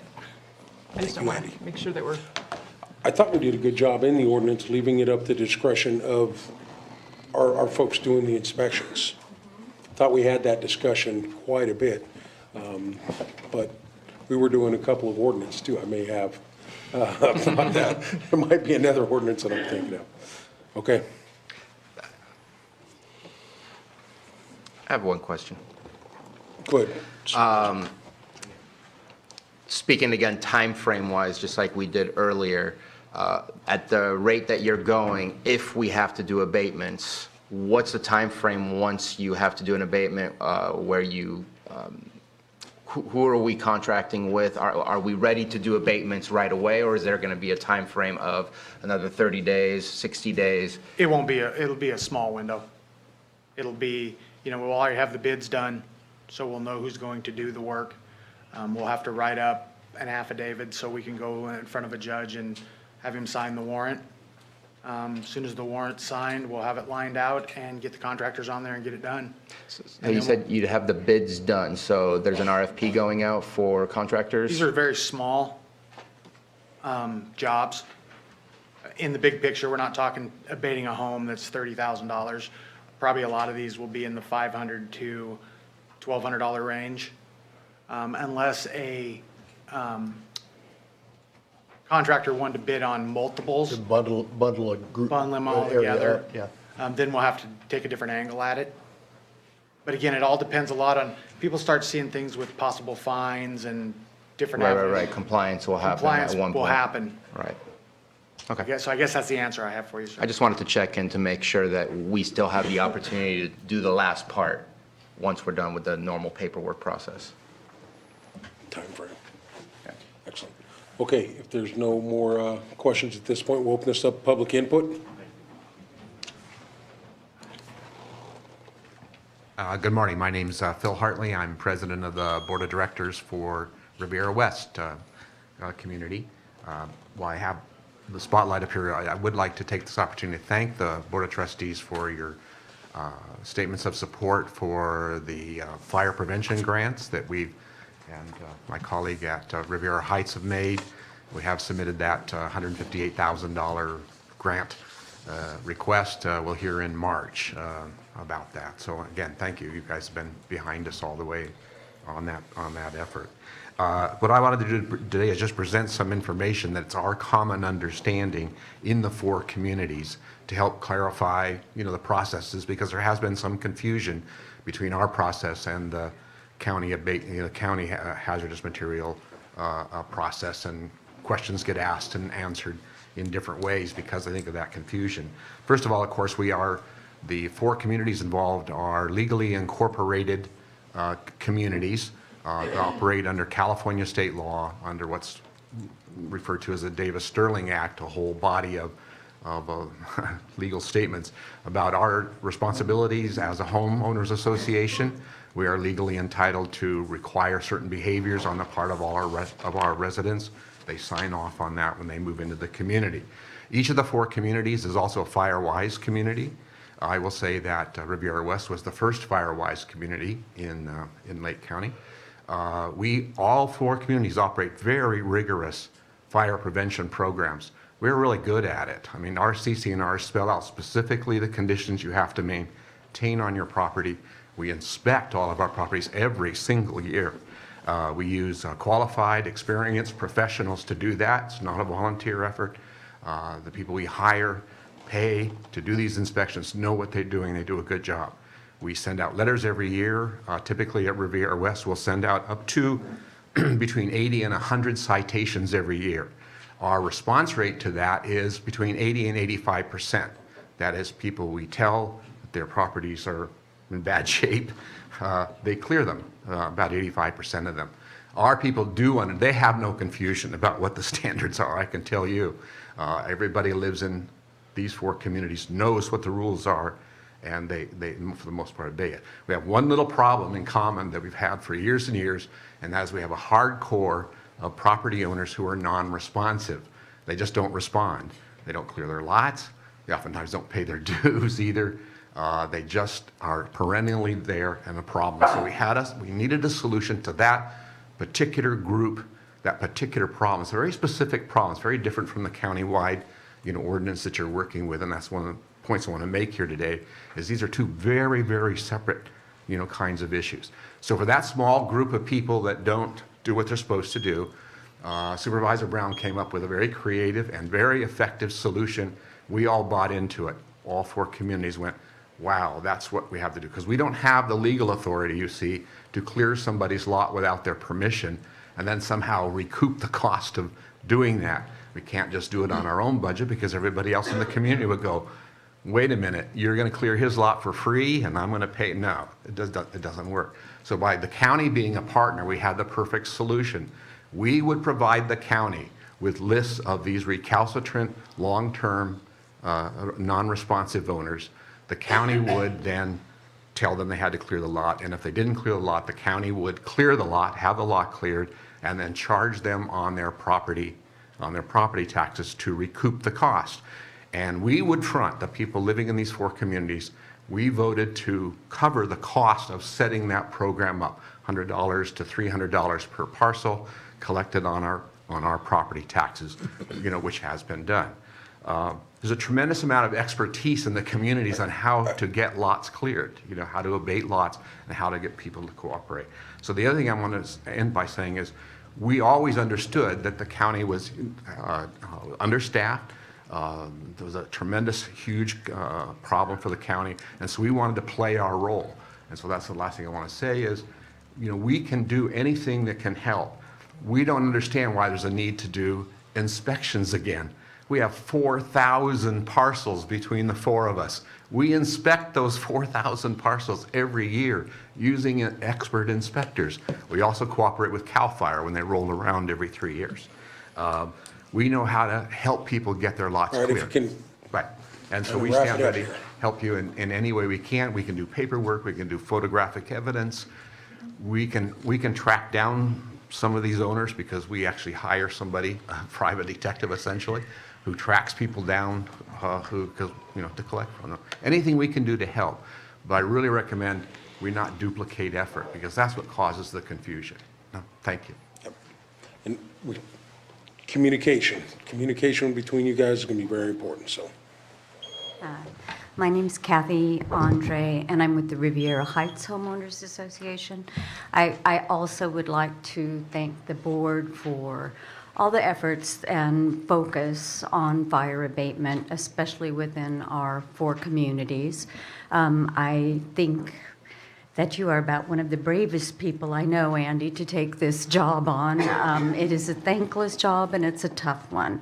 And we've been going at this, as Phil said, for years now. And we've made, as well as the other associations, we've made great strides in clearing our properties. Where we run into challenges is twofold for us. Number 1, homeowners who are deceased.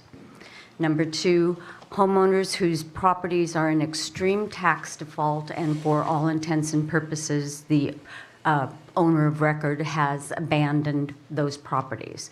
Those are the properties that we cannot get cleared because we do not have the legal recourse by the bylaws of our associations to do that.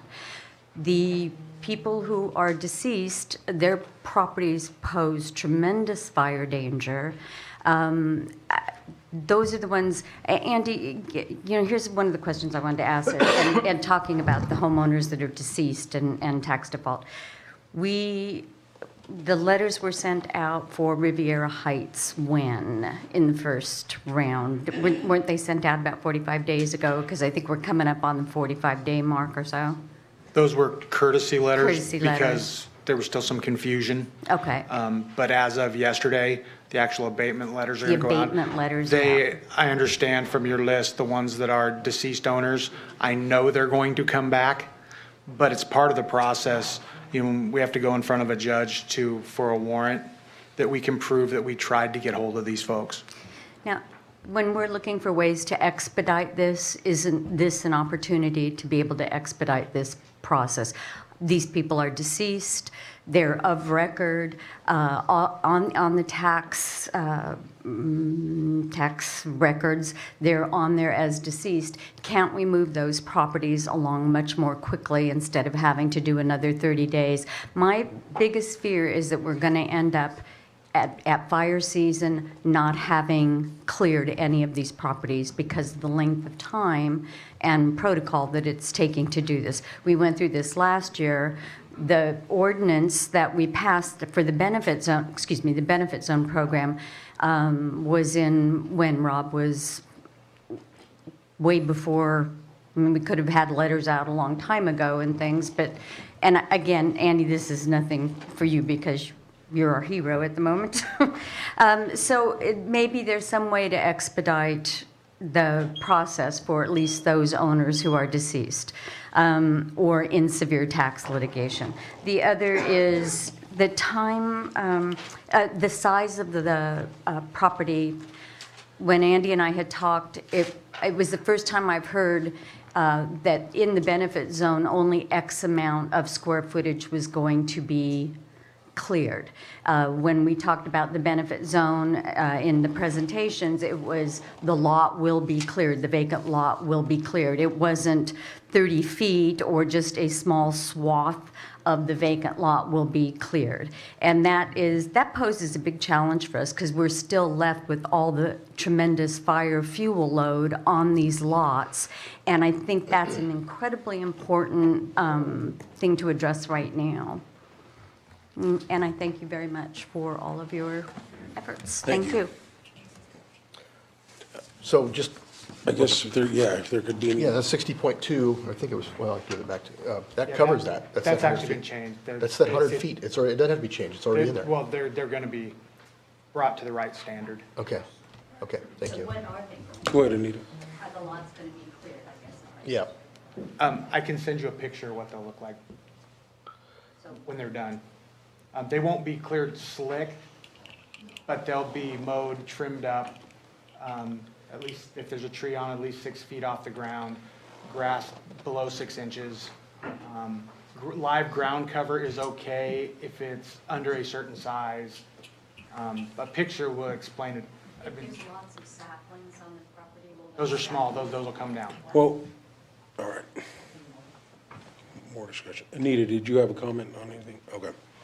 I just wanted to be able to tell you that this was under a benefit assessment. This was a zone of benefit that was subject to voter approval. So it stands in a place that is separate. And a certain program and plan was put in place that the voters were able to consider and vote upon. And that's what has to be honored for purposes of these zones of benefit. What the voters were promised is what has to occur. All right, thank you, Anita. My name's Julie Richardson. I live in Riviera Heights. I grudgingly voted for this, and part of the reason I was hesitant to vote for it is many of the properties that are the biggest fire danger are county-owned and Bureau of Land Management. Yes, they are. I brought them to... There's only one that you pointed out. No, I pointed out one, but there's Yeah. multiples, and I don't see anything that you have done. So earlier, I contacted Rob Brown, and I was told it's not my district, not my problem. You're a county No, that's not supervisor. true. That's not Your whole- true. Yes, it was No, about it's 2 not years true. ago. I have the emails here to show you. I never said it That wasn't was my problem. this recent one I Julie, contacted. you're not being truthful. You're Okay. dramatizing.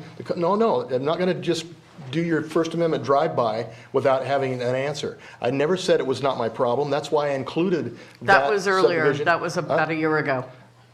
It didn't say that. I've never said it was not my problem. I brought in Tina into the that's conversation. recently. And no, back when she first got elected, I brought her into it. Because you were making all kinds of allegations about nobody cares about the Riviera Heights, and that's just absolutely not true. So the other thing is, I asked you specifically, provide me with a list of, because you said most of the lots are county-owned. That's not true either. I asked you to provide. You did. You provided one lot, just one, and we got on that one. So if you can provide me with others or provide them to Tina, we're happy to look at them. But don't make accusations that are absolutely false. Well, just for clarification, as we had the discussion earlier, I think if it's a county property. that I would brought go- up recently one. That would go to admin, correct? Now, there We was made other that- ones we- that I brought up. I brought up when the first ordinance was passed and didn't go into each. If you could send me the list of those. I'd and have I'll- to go back and find it. If you would like to, But though. the county should be looking supposed at to their go to properties administration. in the area, the benefit zone, and look, it's the county responsibility to look at their, but Andy, I think, mentioned the county needs to be above board and make sure their properties are in compliance. I agree. Carol, is there any way? Okay, Supervisor Simon. Yes, go ahead, Tina. Carol, is there any way that we could look and try to see, we could look what addresses belong to the county up there? Yeah, I already did that. Absolutely. You do that through the tax collector's office, very simple to do. There was the same statement was made about Clear Lake Riviera, that there were several lots that were county-owned. We looked at the tax records, and there was not one single property that was owned by the county that was included in that. So there's some assumptions made that the county owns property, and they're not. So I want to know what the addresses are, too. And that's why she only came up with one, because that's the only one that she could actually identify. No, that's the only one I had a neighbor bring to my attention, that they were upset because they had dead trees below their house. There are others in the Clear Lake Riviera I had looked at when the ordinance was passed. Get us a list. The other thing that was just brought up, I think Andy brought up, and Rob brought to my attention too, is it's in the benefit zone, is the Black Forest. CAL FIRE came in and cut a bunch of brush. It's all just sitting there waiting to burn. And Rob in his last thing said, it's not our jurisdiction, it's Bureau of Land Management. We need to do something with contacting our U.S. representatives to get Bureau of Land Management. Just saying it's U.S. owned, that we have no jurisdiction, they don't have to do anything. How are we benefiting? We're being charged $100 per parcel there's a lot of parcels that aren't covered, and we're still being charged. The other last question I haven't seen any work done by the county. Has any property been abated through this program? That's what this whole presentation has been about that, so I don't know. And the if other you thing, missed dropping any the of that, ball, but- we were supposed to have they cleared land above Clear Lake Riviera. It was supposed to continue above Riviera Heights and Riviera West. What happened? That's Nothing. CAL FIRE. That's what you're passing the buck. I'm not It's CAL passing the FIRE. buck, I'm giving you telling you who's, okay, so Julie. Well, here's the why thing. aren't you getting somebody You from wanna CAL argue, FIRE that's all you want to involved? do. You just want to argue. The whole thing is. I want something done, is what I want, not just saying, it's not my responsibility, it's CAL FIRE. I want something Go done. ahead, just keep. Point of order, please. Yeah. Thank you very much. I'd like to respond. Moak. One question on, she did ask a direct question about abatement, and that's what we're getting reportment on today, the properties that are going to be hopefully completed this season. The list that were given to me through the 4 benefit zones, they're the ones that the letters have been sent on, and my time frame is for those properties. Excellent. Thank you very much. And for clarification, I said we should be leading the example, not Andy. Yeah. Supervisor Brown. So, as I stated earlier, I know there's some people you're not going to please no matter what happens. The reason that CAL FIRE was even in the Black Forest is because we were doing our job, and we contacted BLM. I contacted BLM, I contacted CAL FIRE, I got them all together in there to do that. That was the whole purpose of it. The piles of brush that they have in there, there's some concern in the folks in Buckingham, some of the areas. They said that they're planning on coming in there and chipping it, getting the crews coming there. Right now, the crews are cleaning all up and down the roads, and I mean, they're doing stuff. Those are not at risk like wildland fuel. Andy would tell you this. They're piles that are stacked there, ready to be chipped and scattered across there for erosion control. They're not the kind of fuel load that you have to be concerned with. They're far away from the road. They're not going to flick a cigarette and start a wildland fire with them. They need to be taken care of, and I have actually done it in spite of her claim that nobody cares and nobody's doing anything. That's not true. I'm not going to go up there and chip them myself. I will draw the line there. But I have contacted BLM, and Congressman Thompson's office has been very helpful and very effective on getting Amanda and including Amanda from BLM in this conversation. Passing the buck? No, I'm not passing the buck. I'm giving an explanation on who is in charge of the program to cut the fire line around the Clear Lake Riviera. It's CAL FIRE. Again, I'm not going to go up there and cut it myself, but I have been contacting them. And what they hope to do is actually use some of this, what we're doing, as a match, because they know that whatever money we spend is a match that CAL FIRE can use to go and apply for more grants that can then be used for a fire line cut around those communities. So that's something else that I've actually worked out with CAL FIRE, that we could partner with them and they could take benefit of that as the match for those particular communities. So some things are being done. No one's passing the buck. But, again, you can't make everybody happy. Thank you, and appreciate the update today. As far as, this is a discussion item and possible direction to staff, but I think we've kind of discussed this quite a bit here. We are moving in the direction. You're already sending out the letters, and we'll follow up on it. So thank you very much. Any more questions from the board? I would just say make sure to reach out to us if you're seeing the time frame squeezed, because we want to make sure that we can have some action taken. And compliance will be part of that action, but our end, which would be the abatement process, I want to make sure we get to that. So if you feel like it's slipping through because of other hurdles that you have to deal with, I would say please approach us to see how we can help you. Absolutely. Bring it back to the board sooner than later if you need help or assistance. Thank you. Excellent. If we can take a 5-minute break, and then we will come back for item 6.5. We don't have anything to say about that. Okay, bring the meeting back to order.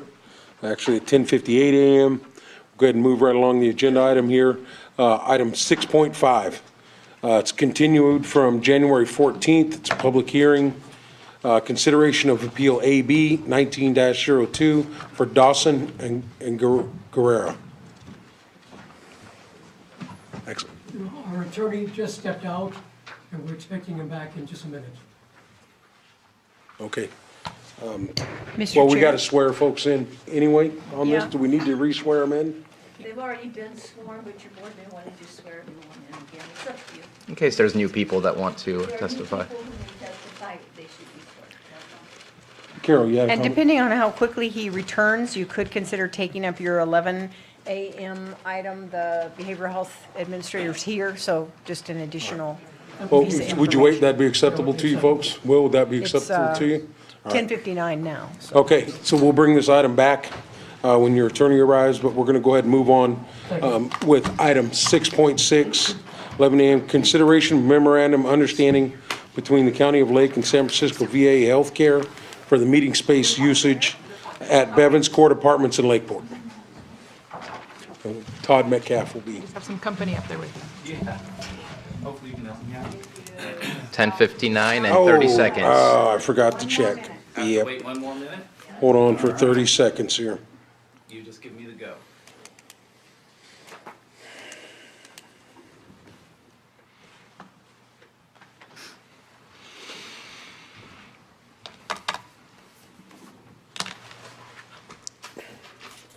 I got 11 a.m. So reading again, item 6.6, consideration of a memorandum of understanding between the County of Lake and San Francisco VA Healthcare System for meeting space usage at Bevan Courts Apartments. Well, good morning, Mr. Chair and other members of the board. My name is Todd Metcalf. I'm the administrator of Lake County Behavioral Health Services. The item before you today is a memorandum of understanding between Lake County Behavioral Health Services and the Veterans Administration. We've had a long-standing relationship with the Veterans Administration where they come and provide case management services at our peer support center here in Lakeport, the Circle of Native Minds, once a month for a few hours. And it was brought to my attention that obviously case management with these folks is highly confidential. And so the Veterans Administration was requesting our department to close our doors during the time that they were here serving these folks. All well and good, but I can't shut down my operation for a few hours each month for them to serve their clients. And so I met with staff and we came up with a solution, and that's what this memorandum of understanding is all about. I don't know if all of you are familiar with the Bevins Court Apartments. It's actually across the street from our Circle of Native Minds Peer Support Center here in Lakeport, where our clients are housed. But coincidentally, there's a recreation/conference room and a couple of offices there that we use off and on. Through an agreement with Rural Community Housing Development Corporation that owns that facility. So we thought, well, heck, why not? It's right across the street.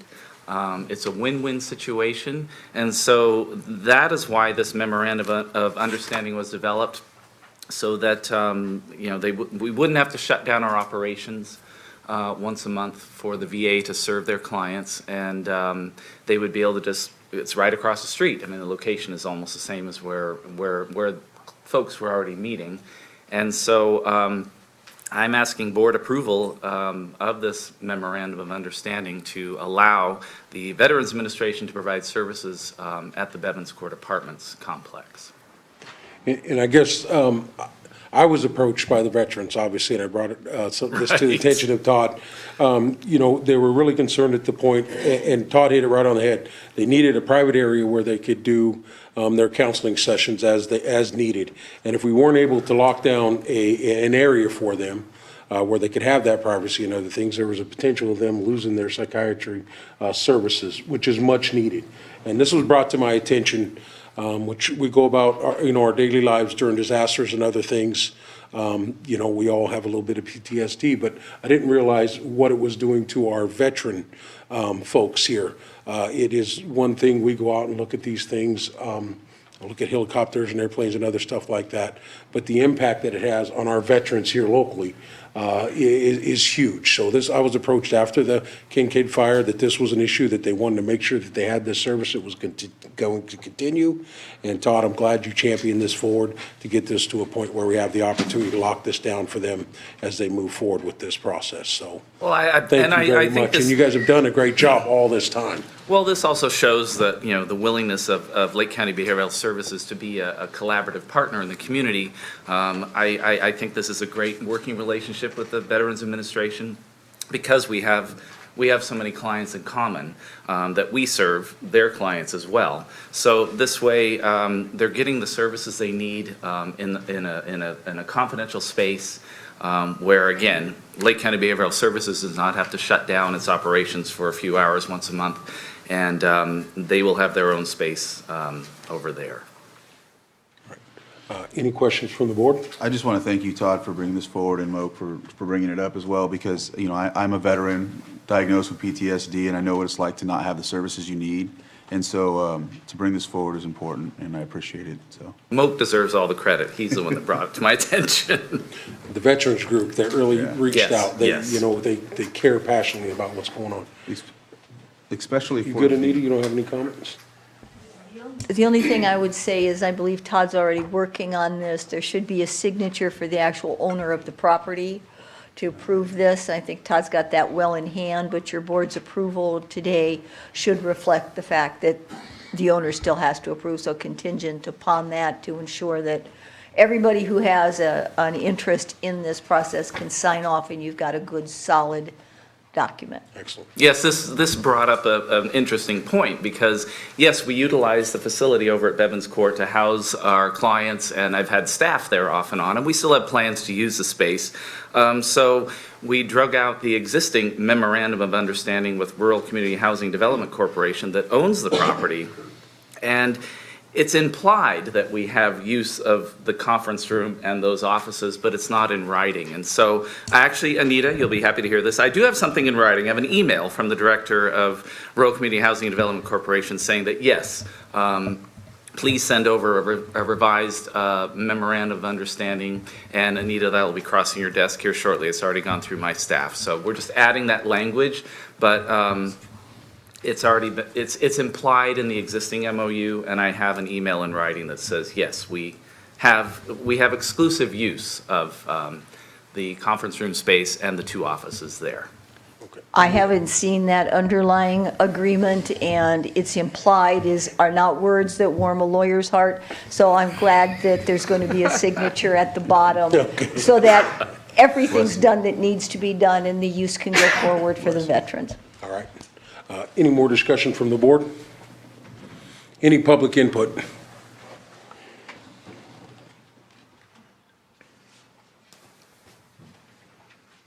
I'm Joan Moss. I'm an associate VVA member of the Vietnam Veterans Association. And I do have a couple questions, Mr. Metcalf. I'm wondering how this relates to the Tuesday PTS group meeting at the Native American Wellness Center. I know that Dean Gotham, president of VVA, told Mike Thompson at his meeting last Tuesday that it's been a year since that PTSD group has had a facilitator. And the facilitator, I don't know if it would be supplied by the San Francisco VA or if the San Francisco VA, excuse me, is involved in this agreement. Secondly, I want to know how it connects with the VA clinic in the city of Clear Lake. There's a VA clinic in the city of Clear Lake, and I'm just wondering how they're all related. And if the meetings that will take place in the apartment complex are in addition to the PTS group that meets on Tuesday, and if you have contacted the VVA about this. Thank you. Vietnam Veterans Association, Dean Gotham. I have his phone number. Thank you. Thank you, Joan. Those meetings that will continue to take place now in a new location are separate from what you're talking about. And I'm not an employee of the Veterans Administration, so I can't speak accurately to your question, but I can certainly take it back to the VA and find out. I honestly can't speak intelligently to your question, but I'll make a note of it. Thank you, Todd. Okay, if there are no more discussion, no more public input from the community, no more discussion from the board, we'll go ahead and look for action. Mr. Chair, I'll move to approve memorandum of understanding between the County of Lake and San Francisco VA Health Care System for meeting space usage at Bevins Court Apartments in Lakeport. Second. All right, the motion is second. All in favor, say aye. Aye. Opposed? Abstain? All right, motion passes. Thank you. Thank you, Todd. Thank you, Todd. Okay, going back to item 6.5, 6.5, January 14th, 2020 meeting, public hearing, consideration of appeal AB 19-02, Dawson and Guerrero. Good morning, Supervisor Simon, Andre Ross, Ewing Associates on behalf. One second, Andre. I was talking earlier about it. So we don't need to swear them back in at this point, Anita? You should call to see if there are any people Okay. in the audience not previously sworn. Is there anyone in the audience that would like to be sworn in or is going to give testimony on this item? All right. Please stand. Do you solemnly swear that the testimony you're about to give before this board will be the truth, the whole truth, and nothing but the truth, so help you God? We do. All right, good. I was simply announcing my appearance for the record, Supervisor okay. Simon. Didn't mean to step on your toes. That's all right. I was just making sure. We knew you were missing. Go ahead, Michael. Mike Lynn Delval, Community Development Director. I just wanted to just give you an overview. Staff has prepared a memorandum. As you mentioned, this was continued from the January 14th, 2020 Board of Supervisors hearing. Staff put together some options available to the Board of Supervisors. I do want to note that staff may have used incorrect language. They mentioned a shared access easement. It's just simply an easement. But I do wanted to state what staff recommendations are. Staff recommends that the applicant have a access that meets 4290 compliance. I do want to note that staff did bring it to the board's attention that they do have the option of waiving the 4290 compliance, but that is not staff's recommendations. And Chief Building Official David Cassian is here, and he can talk more about the health and safety reasons why we do not support waiving the 4290 compliance. If he can go into that now if you'd Yes. like. Okay.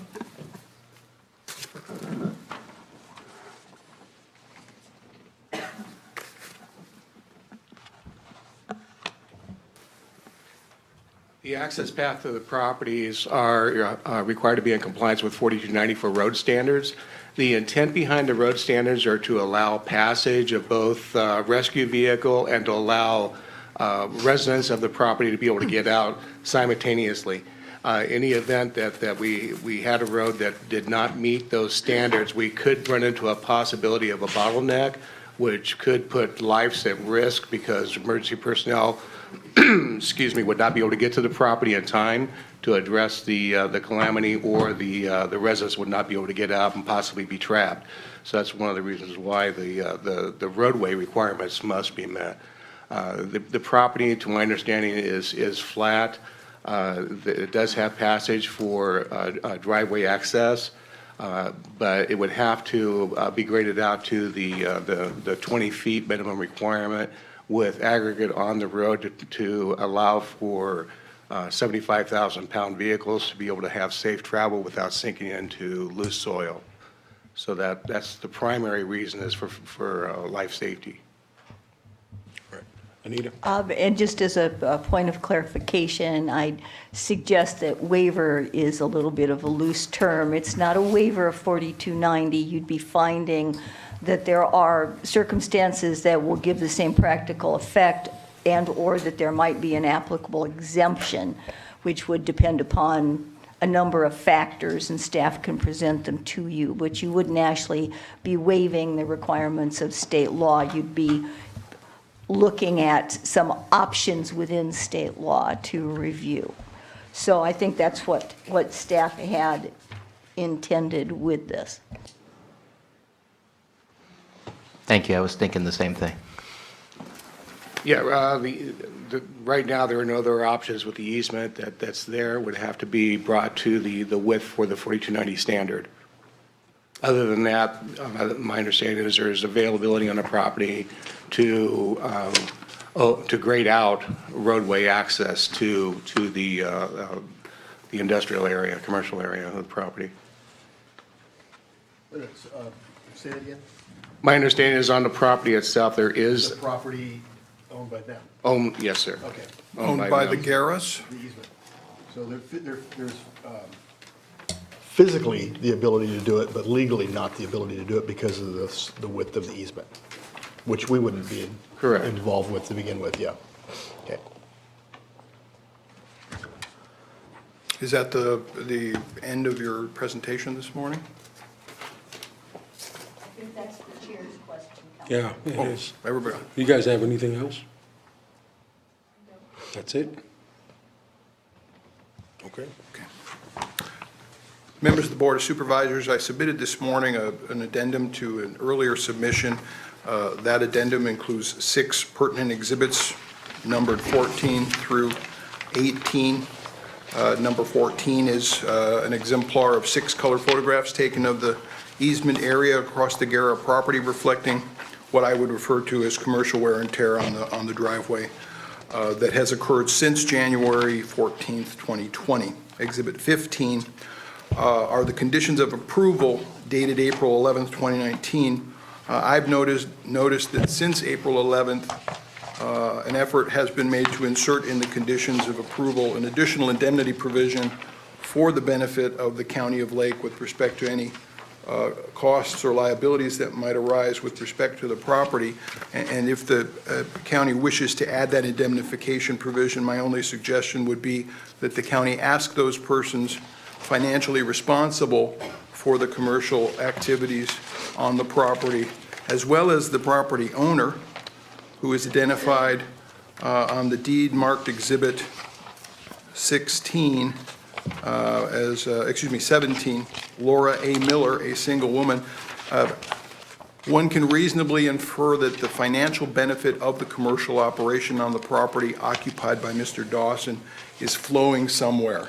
Either the property owner is collecting a higher monthly rental amount from Mr. Dawson, or some financial obligation secured by the property is being reduced. If the county needs to get an indemnity promise, the county should be obtaining the same promise from Mr. Dawson, his LLC, and Sandra Miller as the owner of the property. That's a constructive suggestion.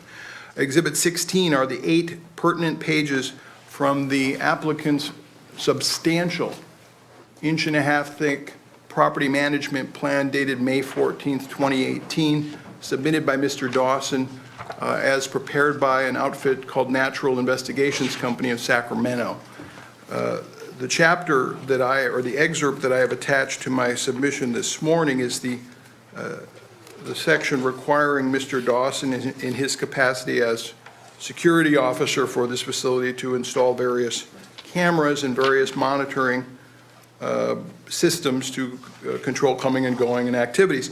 To the extent that any of those video surveillance systems are set up at the juncture of Mr. Guerra's driveway and Mr. Dawson's property, there's a privacy issue, and I would respectfully contend that the surveillance that Mr. Dawson is required to lawfully operate could potentially result in a violation of his neighbor's property. The way to deal with that is to not orient any cameras in the direction of their neighbor's residence, and that's something that certainly can be monitored by code enforcement going on down the line. Exhibit 17 is the grant deed identifying Laura Miller, a single woman who is the actual owner of the property. And Exhibit 18 is a true and correct printout of the Secretary of State's business entity search detail for Mr.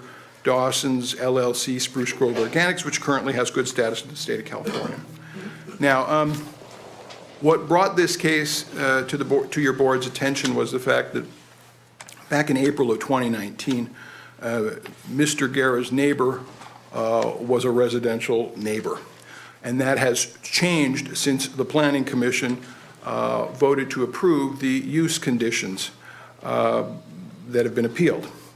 Those use conditions allow for a commercial use, a new commercial use, over a 20-foot wide public access easement that was established in 1994 before any property owner in that neighborhood decided to run a commercial operation.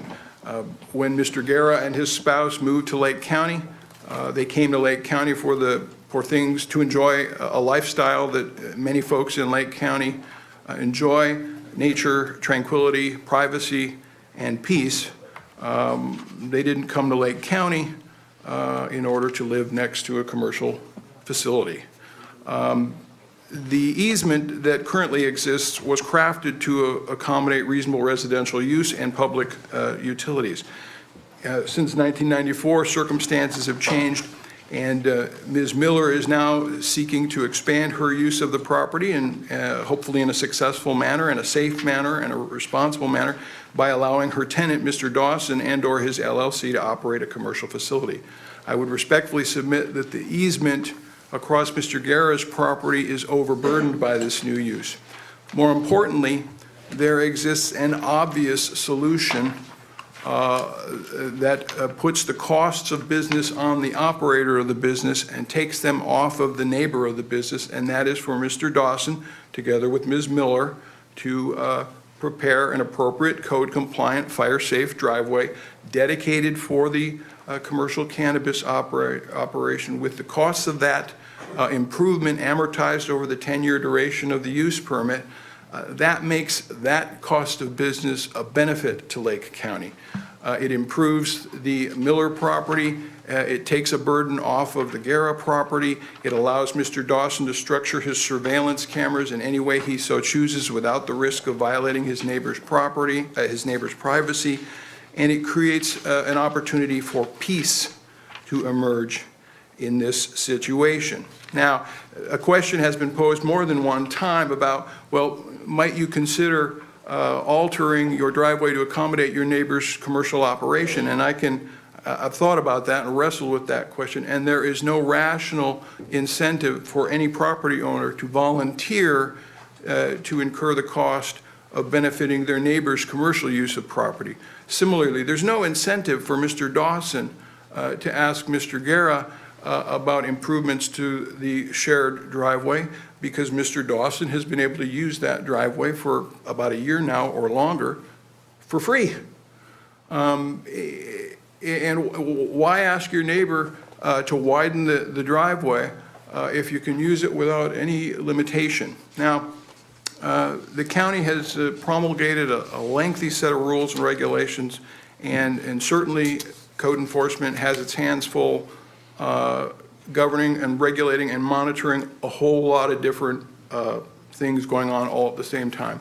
I would respectfully suggest that your board has the authority to add an additional condition to Section J of the use conditions that would allow Mr. Dawson to install his own driveway, subject to whatever 2020 fire safety conditions might apply.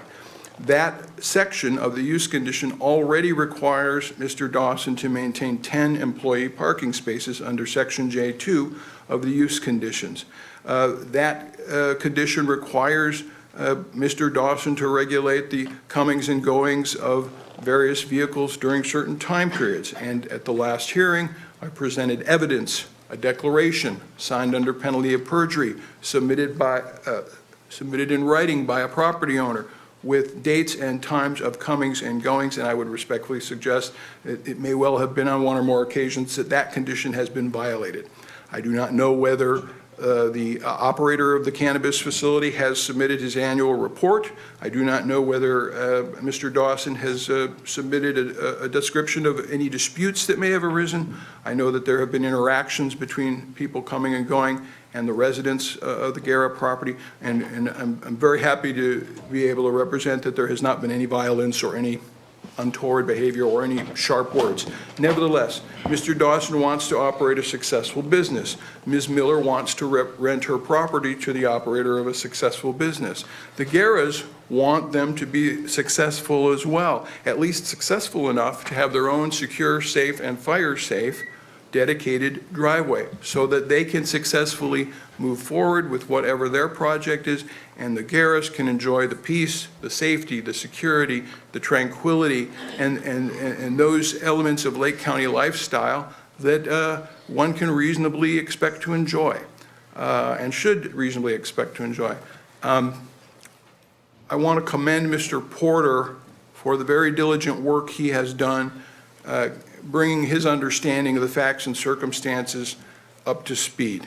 When this appeal was submitted, the county was operating under an assumption that may have been reinforced by things that Mr. Dawson communicated verbally to the county, that it was either impossible or too expensive or not feasible to install a driveway for this project. That factual understanding has been clarified now, and I commend Mr. Porter for taking the extra time and effort to do that. It's not infeasible. It's not even costly. In fact, one can see from the 1994 parcel split that when the lots were created, the owner of the Miller property conceived of a day, someday we're going to need to put a driveway out to Spruce Grove Road. That's why the property doglegs up to Spruce Grove Road like that. With respect to the updated memos, I have some comments. They're not criticisms. The Exhibit A1 memo seems to be directed at establishing the fact that the driveway easement that Mr. Guerra and Ms. Miller share is a road.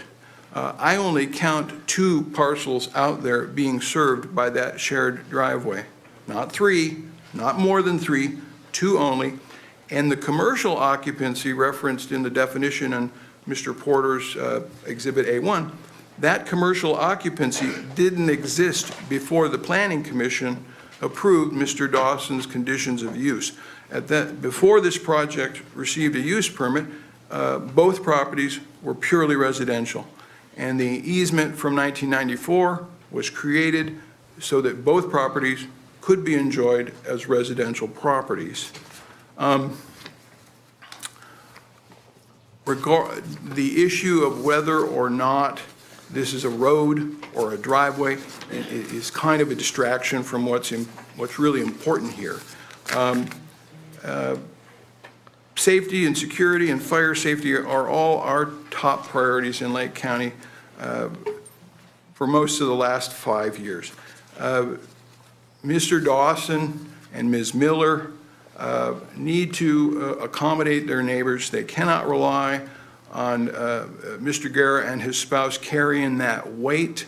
It's not an unreasonable solution to require this project to have its own dedicated driveway, the same way the county insisted on 10 employee parking or 9 employee parking spots and a handicap spot.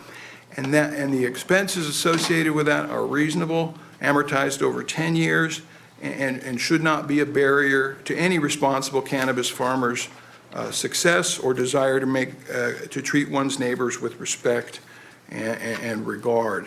The laws are changing, the regulations are changing, but when your planning commission acted to bless the conditions of use, they overlooked the overburdening of a residential easement for commercial purposes, and that's something that can be rectified by your board's reasonable action today. And thank you. Yes. It might be helpful for council to point out the specific, if indeed this is at issue, the specific section of the conditions of approval for this particular project that his client takes issue with. I believe he made reference to Section J, which is transportation and traffic, on page 6 of 8 of the conditions of approval. Certainly, I can do that. Thank you. Mr. Chairman, point of clarification, we notice an error in the conditions of approval that were originally approved. Condition J7, which is transportation, the bullet point below was inadvertently left in from another application. We just realized it this morning, so that is not applicable to this. It's a cut and paste error.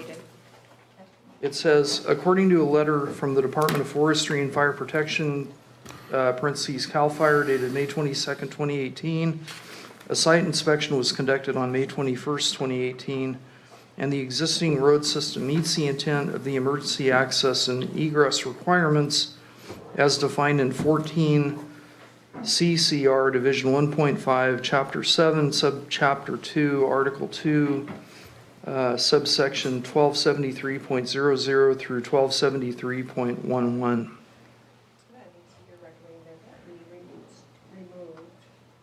Recommending revised condition because Correct. There is no such letter from CAL FIRE, correct? Correct.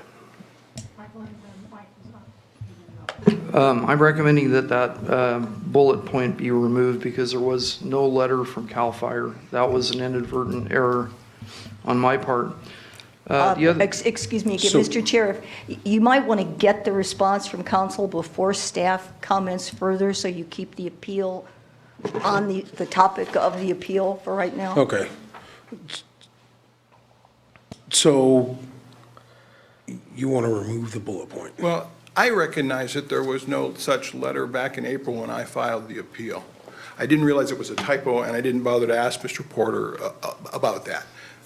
You know, we have a 7-day window to file the appeal. I filed the appeal timely, figuring that we would work this out, and if there was such a letter, somebody would hand it to me or show it to me. That wasn't the case.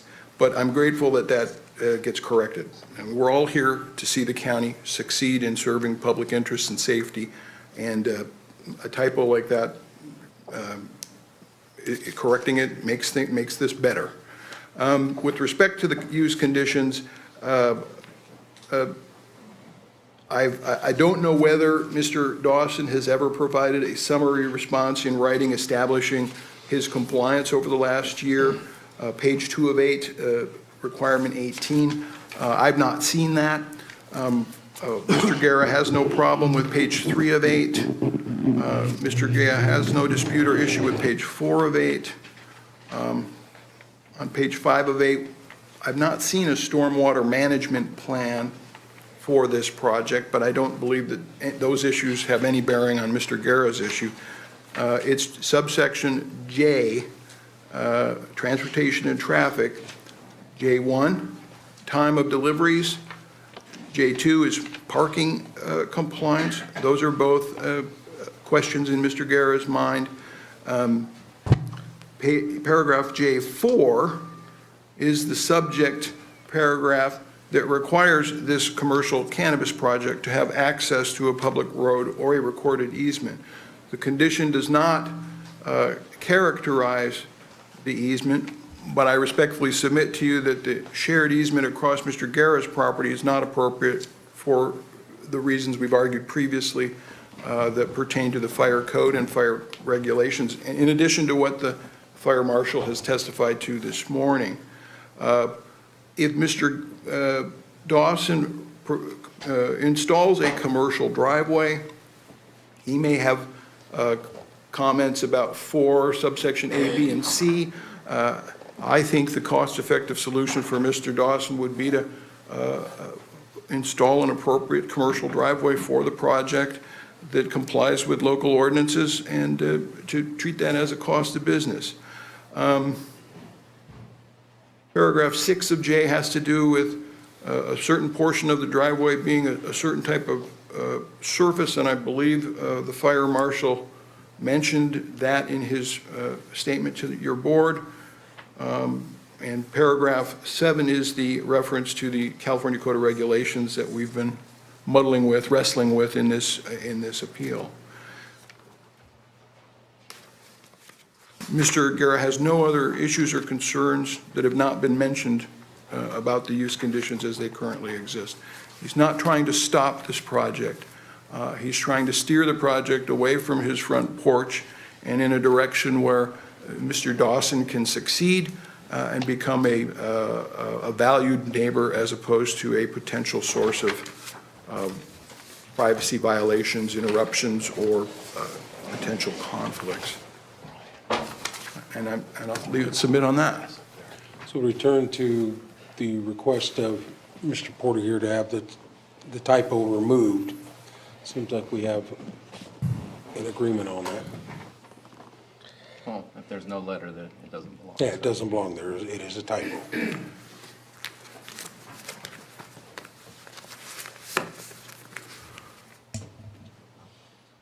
So the department may now wish to respond to the transportation and traffic conditions that appear to be largely at issue in this appeal. Okay. Any response?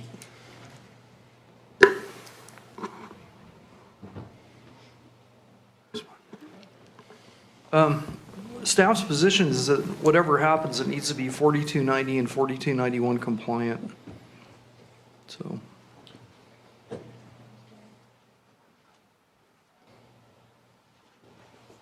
And I would like to bring to the board's attention that when staff initially conducted the site visit, which was on 12/2/19, at that time, the 4290 requirements were under the 2016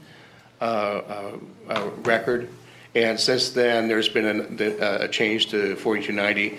So at that time, the road standards did call out for a property with more than one parcel would have to meet the road standards. And then the 2020 change now goes to more than 2. So there has been a recent change, but Does still. that include the property that has the easement on it, or the properties behind it that are being served? The property have an easement on it. So if the road serves 2 properties, then at that point, it'd have to meet the road standards, and that was for 2016. 2020 changed that to more than 2 parcels. So according to the 2020, then they wouldn't have to meet the road standards, but with the industrial use, they still have to meet the road standards. Got it. Okay. All right. Bruno. So I'd like to get the definition of how this is industrial use. Since I know we passed a resolution that this activity is an agricultural use. And so when we're talking agricultural, industrial, I'd like for you to give me the definitions of how those. I need to clarify that. I'm sorry. Not industrial, commercial use. Commercial. Okay. And so, again, whether this is going to be hemp, whether this is going to be a vineyard, whether this is going to be cannabis, it would still be deemed as commercial use? It would, because the applicant is proposing 2 different buildings. He's proposing converting 700 square feet of the existing, I believe it's a garage or a shed, to cannabis related activity, and to build a new, I believe it's 5,000 square foot drying building. And once there are buildings involved, it automatically recategorizes it from any hope of being an ag use into being a commercial use. And so I believe, so is there processing going on or just drying? Just drying, to my knowledge. And so I believe that in the 4290, it states that for permitted buildings, and is this person planning on doing an ag exempt where there is no permitted structure? No. You can't get an ag exempt with cannabis. Yes, we can. And we have been, because Oh, we as a board made a resolution that it's ag and they should be afforded the same Is that true? Is that right? availability We talked about as, that with the hemp the other day. and same for hemp. No, for hemp it is because hemp's an ag product, cannabis is not. Yes, it is according to the state of California code, and we've received that code that was provided to the board, and that is why we passed a Okay, all resolution right, okay. to state that it should be afforded the same. Because I know we were talking about that the other day at the hemp thing, that's why I was confused about. Well, let's stay on track here with response from David. I can't give you the definition of ag exempt use. Ag exempt use, if they're using it for storage of product, or if they have farm animals or implements, they can put their farm equipment or implements into the structure. But as soon as they have any kind of activity in the building, then it no longer becomes an ag building. Absolutely, and you would not get an ag exempt permit if that was the case. You can't use it as a place to process, which would be maybe trimming. That would not be available to you. You can't use it as a break room. You can't use it for any other purpose other than to store and to dry, or else they would not be given the ag exempt ability, and therefore they would not be able to get that building. So I don't know, you said 5,000 square feet. I think that's within the range of an ag exempt building. But I'm going to go also, like these pictures, they're great pictures, but I can't prove what created these problems. I can only assume in my mind that yes, the more traffic you have, the more wear and tear you're going to have on the road. But I can't see who created these situations on the road. But again, I can make an assumption that the more traffic you have, the more wear and tear is going to happen on the road. I'm going to the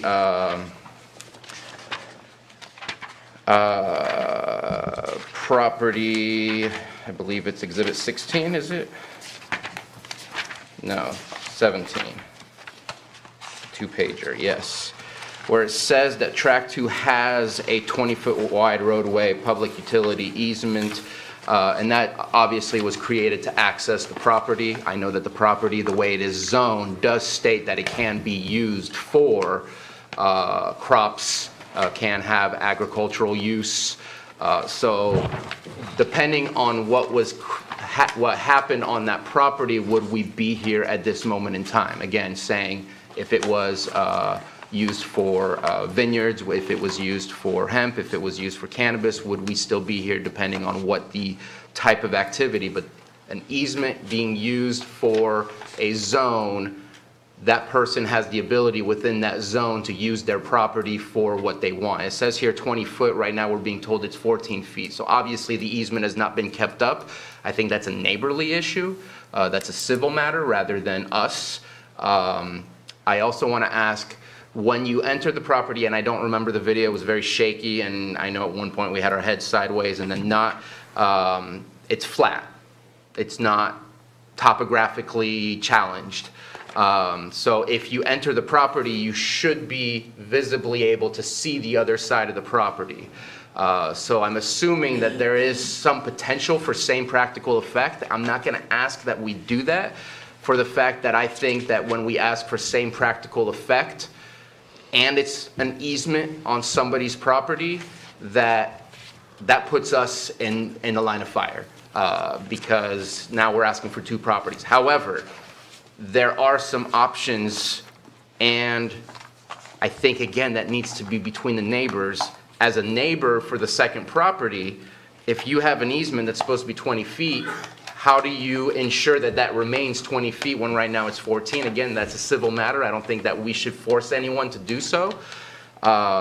In the long term, as a good neighbor, if you are increasing the traffic because you are doing a much larger activity than just one single residence, an activity you're allowed to do within that zone, which that easement was created for access to that property for that zone, I don't think we should be shutting you down for being able to do what's allowed within that zone. However, again, as good neighbors, you need to figure out how to make it back to 20 feet. If that's what the easement was supposed to be within this legal description, it is no longer what it is within that legal description. And I think, to us, we need to say, yes, you should comply with 4290, which would be you need 20 foot. And here it says on the legal description, it's supposed to be 20 foot. I think my opinion is we deny the appeal. You need to meet 4290 standards. And then as neighbors, you figure out how you're going to get that 20 foot because the legal description tells you that it should be as such. Thank you, Bruno. Any other questions from the board? All right. One comment. Have Michael in at this point. Oh, I'm sorry. I believe there were some questions, if I understood you correctly. The line of sight questions, but at the same time, I don't think that we should be here to force the same practical effect on easements. I think on roads or driveways that are your own personal one, yes, let's figure out a workaround. Let's do the same practical effect. But if we're going to make a decision on same practical effect for a use permit that forces or allow a secondary secondary property not involved in that use permit, I'm worried about how we end up pushing easements into where we're making decisions on someone else's property that's not part of the use permit. So while I think there has the possibility of the same practical effect, I think that should be between the two neighbors and figuring that out rather than us telling them, no, you're good, you have sight, so you're gonna have all this I just worry where we're treading on when it comes to easements. But I think that between neighbors, they have a legal description that says 20-foot wide roadway public use to have access to that property. I don't think one neighbor should deny one person's access to their property for the uses that are available within our zoning. And I think it ends up being a civil matter that I don't think we should be involved in. I think we should just keep going and say, you must meet 4290 standards, and they have the ability to make that happen within their own closed doors, private meeting and negotiations on how they're going to make this legal description fit to make it happen. Okay. And I think good neighbors should be good neighbors, and they should be able to figure it out. Was there any more questions about how the building was going to be used? Yeah, I think that makes a difference. Okay. If it's going to be used for anything other than storage, that's not ag exempt. According to the site plan that was included in the staff report on page 4 of the staff report, it does say the proposed drying, curing, and processing building, 5,000 square feet. Yeah, and processing is definitely a commercial use. I will not deny that.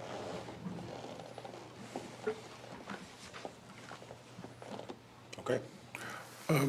One comment, Supervisor Sabatier, I'm not certain whether you own real estate yourself.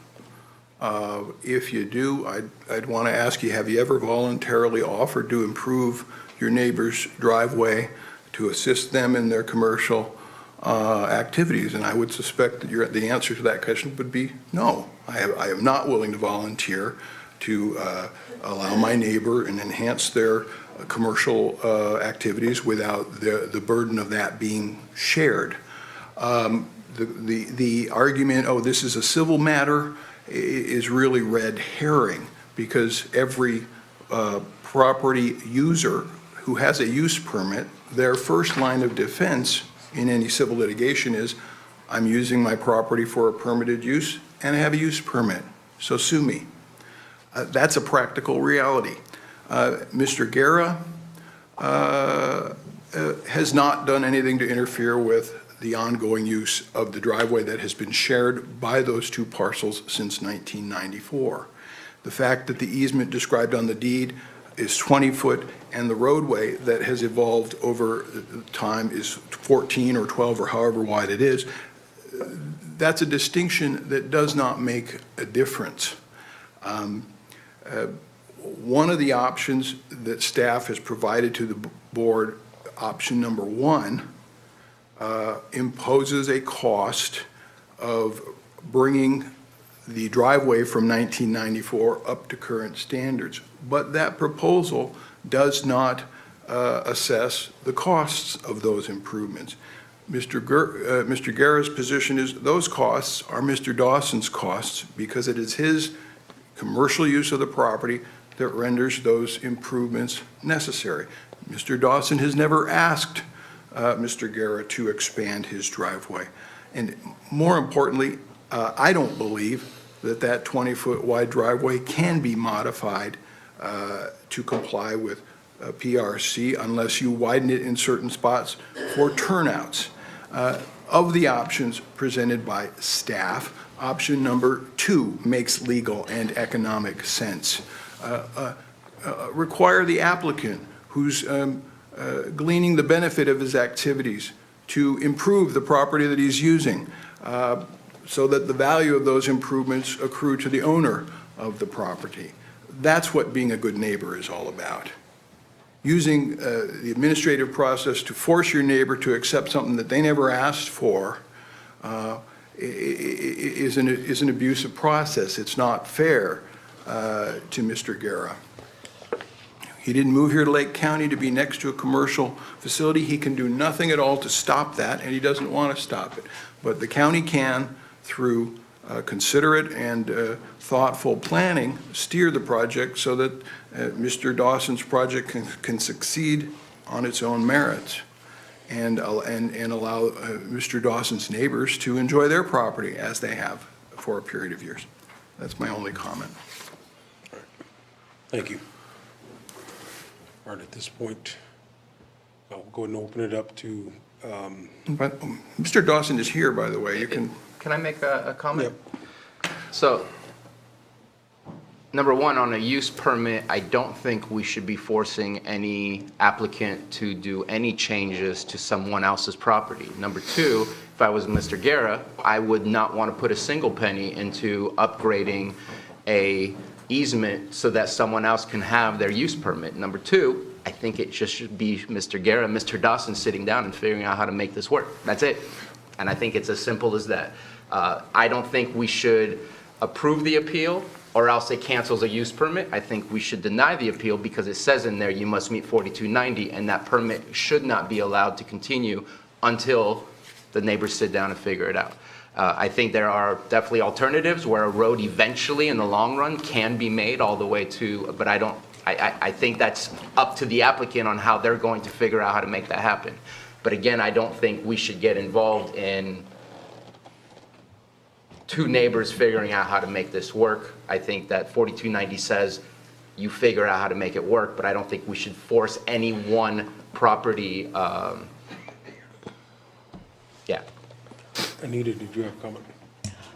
The only thing I would suggest is that your board be careful in terms of the orders you're making and ensure that they're within your purview to actually make. And the important part of all of this, which I'm sure staff can speak to, is that there is adequate access to the property that is 4290 compliant. And that is what you can require.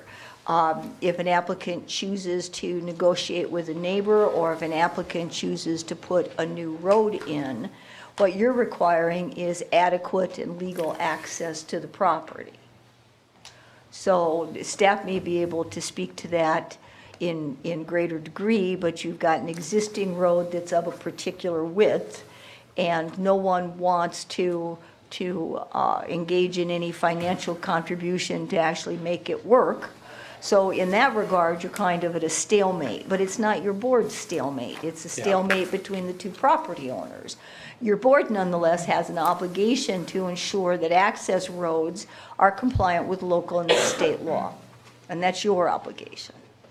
Thank you, Anita. Yes, just to speak a little bit more about that, as Anita mentioned, yes, I concur. There were conditions of approval that were proposed to the Planning Commission, and I know we mentioned modifying one of them today, but those are specifically in the heading of the conditions of approval. It goes on to say pursuant to the approval of the Planning Commission, and it has a date, and it includes what they were approved for, and it says subject to the following terms and conditions. And so there are various conditions listed, and as mentioned, Jay Under the transportation and traffic section, there are various conditions, including the proposed site shall have access to a public road or recorded easement that allows for, and it talks about various uses. The applicant shall meet and maintain all the requirements, regulations as defined in the California Code of Regulations, what we're talking about today, Public Resources Code. So in order for the applicant to move forward with the use permit, he'll need to meet all of those conditions as listed. Okay. Thank you. And I just wanted to add one last thing. I know there was a mention about cameras, and I would say that there's already laws in place as far as how those cameras should be handled. I know when I have cameras on my house, I'm only supposed to put that for the public right away, not to look at a neighbor property. So I think that there's already laws in place for how those cameras should be handled. So I don't think that's a discussion for us to have here. Okay. More from the board. We'll go ahead and open it up for testimony for those who are sworn in. Okay. Hi, Will Dawson. Oh, I'm the yeah, go ahead. applicant. My fault. What Mr. Ross failed to mention is we did have a conversation this past Friday. I told him I was willing to upgrade the road to 4290 standards, and I would bear the cost of that. He said that was very reasonable, and he would get back to me. I was expecting a call back. I notified him when I would be available Friday, over the weekend, and yesterday. Yesterday, I put in 4 calls to his office, 10:51, 2:33, 4:35, and then at 4:39, asking for his contact email. I was provided with the email of contact@lakeportlawyers.com, and I have a copy of the email that was sent to him. Other than that, I just ask that if it's a civil matter, we'll address that. But I'm definitely willing to bear the cost of the upgrades. Thank you.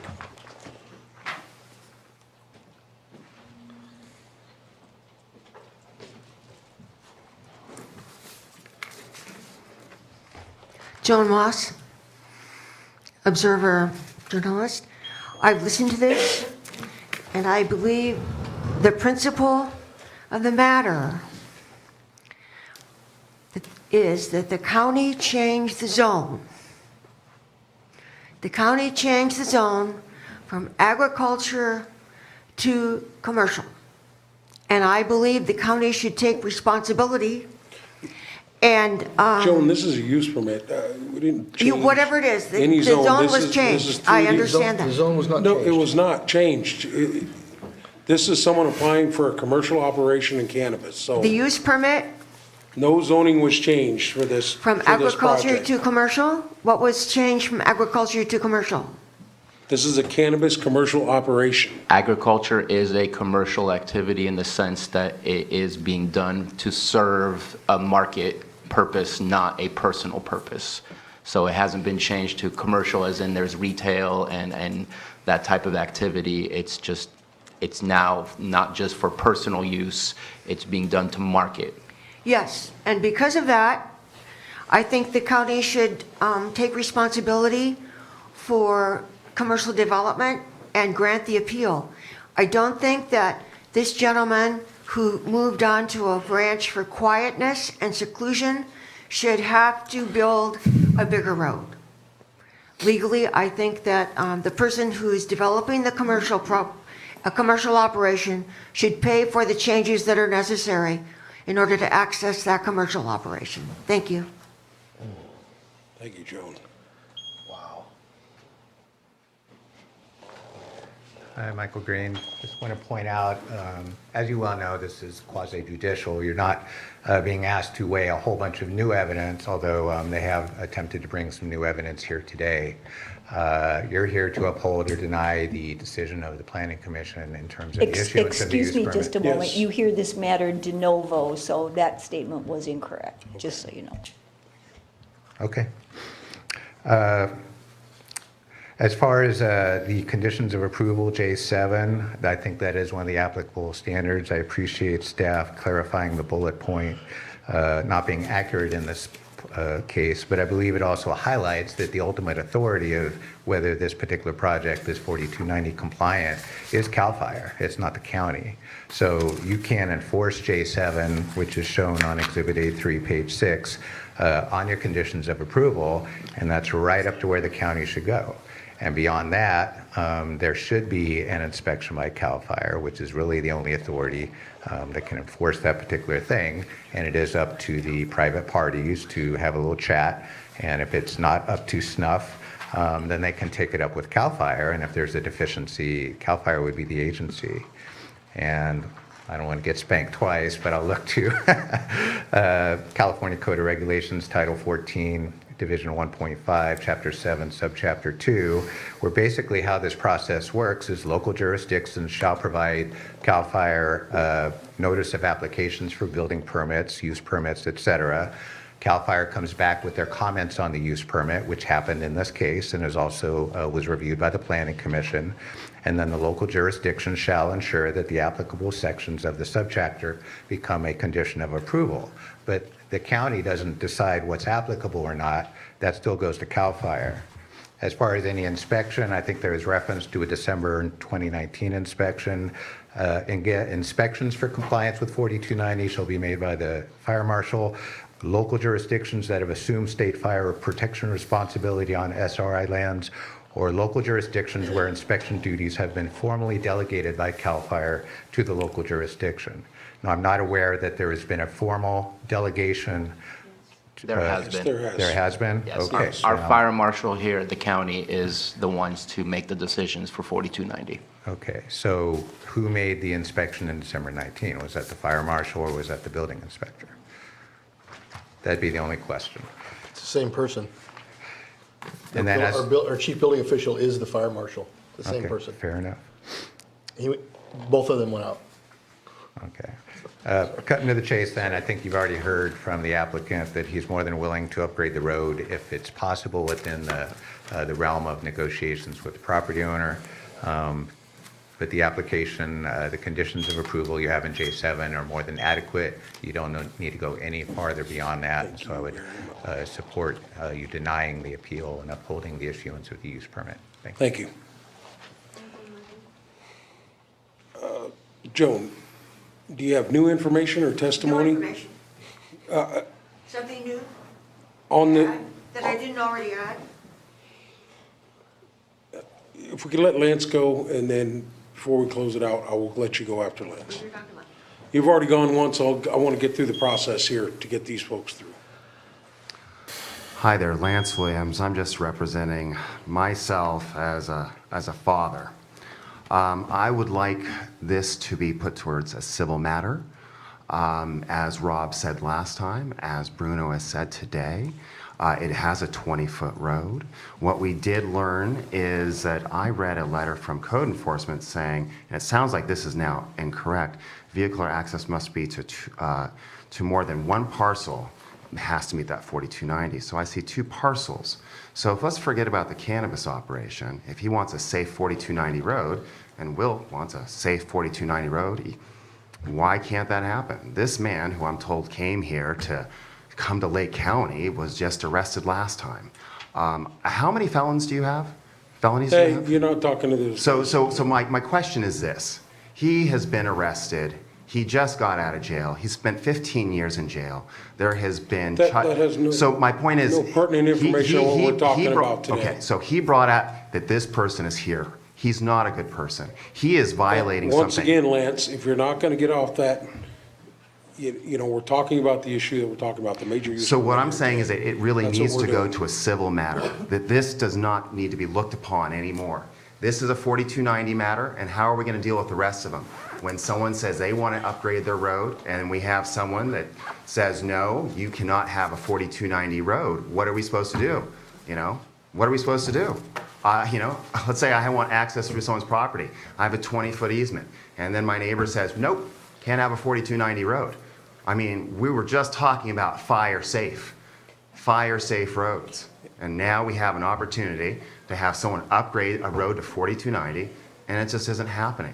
So I'm very sad to see this, and that's why I'd like to see it in a civil matter. I don't want to see this dealt with anywhere else.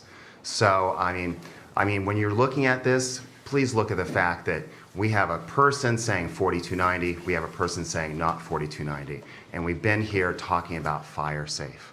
So I don't see an issue here. There's a lot of other things to go into, and people will bring them up. But again, right now, it makes perfect sense if it can be 4290 safe, and it says 2 parcels on what code enforcement said, or 1 parcel, over 1 parcel, that, you know, if they want a backup entrance or something like that, he has this right. The only thing that's coming up is that one person is saying, you are not allowed to have a fire-safe road. And I think that's what it comes down to. So I'm not sure why we're still even here. So if someone can answer that, you're going to make that vote, and you're going to answer it for us all. So thank you. But again, it's shocking to me, after all the fires, 60% of the county, that someone is saying, I don't want a 4290 road, and you have that right to make it, but I'm going to stop you. Thank you. Should have let Joan go. Well, good afternoon, Supervisors. We talk a lot here about common sense and what's practical, and we're lucky to have a small community where oftentimes we can look at that. We can look at sometimes the state makes absolutely absurd, ridiculous things, and where we can make common sense out of it, we do. Can you give us your name, please? Oh, I'm sorry, Mary Draper. Anyway, when we looked at the video and we saw how flat that was, and we know that 20 feet is wide enough for 2 fire trucks to go by, it just seems, and not only is it totally flat, but it's straight.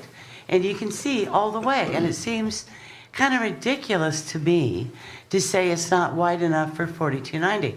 We have to meet the intent. That's what they're asking. What the state asks is that as long as you're meeting the intent and you can show that you're meeting the intent. And the intent is obviously being met on that road because it's flat, it's straight, and absolutely 2 fire trucks could get by each other. And I think it's important that we take a look at that. Thank you. Thank you. Well, can I? Yeah, go ahead, Rob. Because I want to try to get us back on track with a little bit with what the facts are. 4290 isn't a perception. It's a specific outline on what is required by CAL FIRE and their road standards, correct? Yes, sir. It's not 20 feet. It's not where 2 fire trucks can pass. There are supposed to be turnouts every 400 feet, and what's the radius, 40 feet, 30 feet?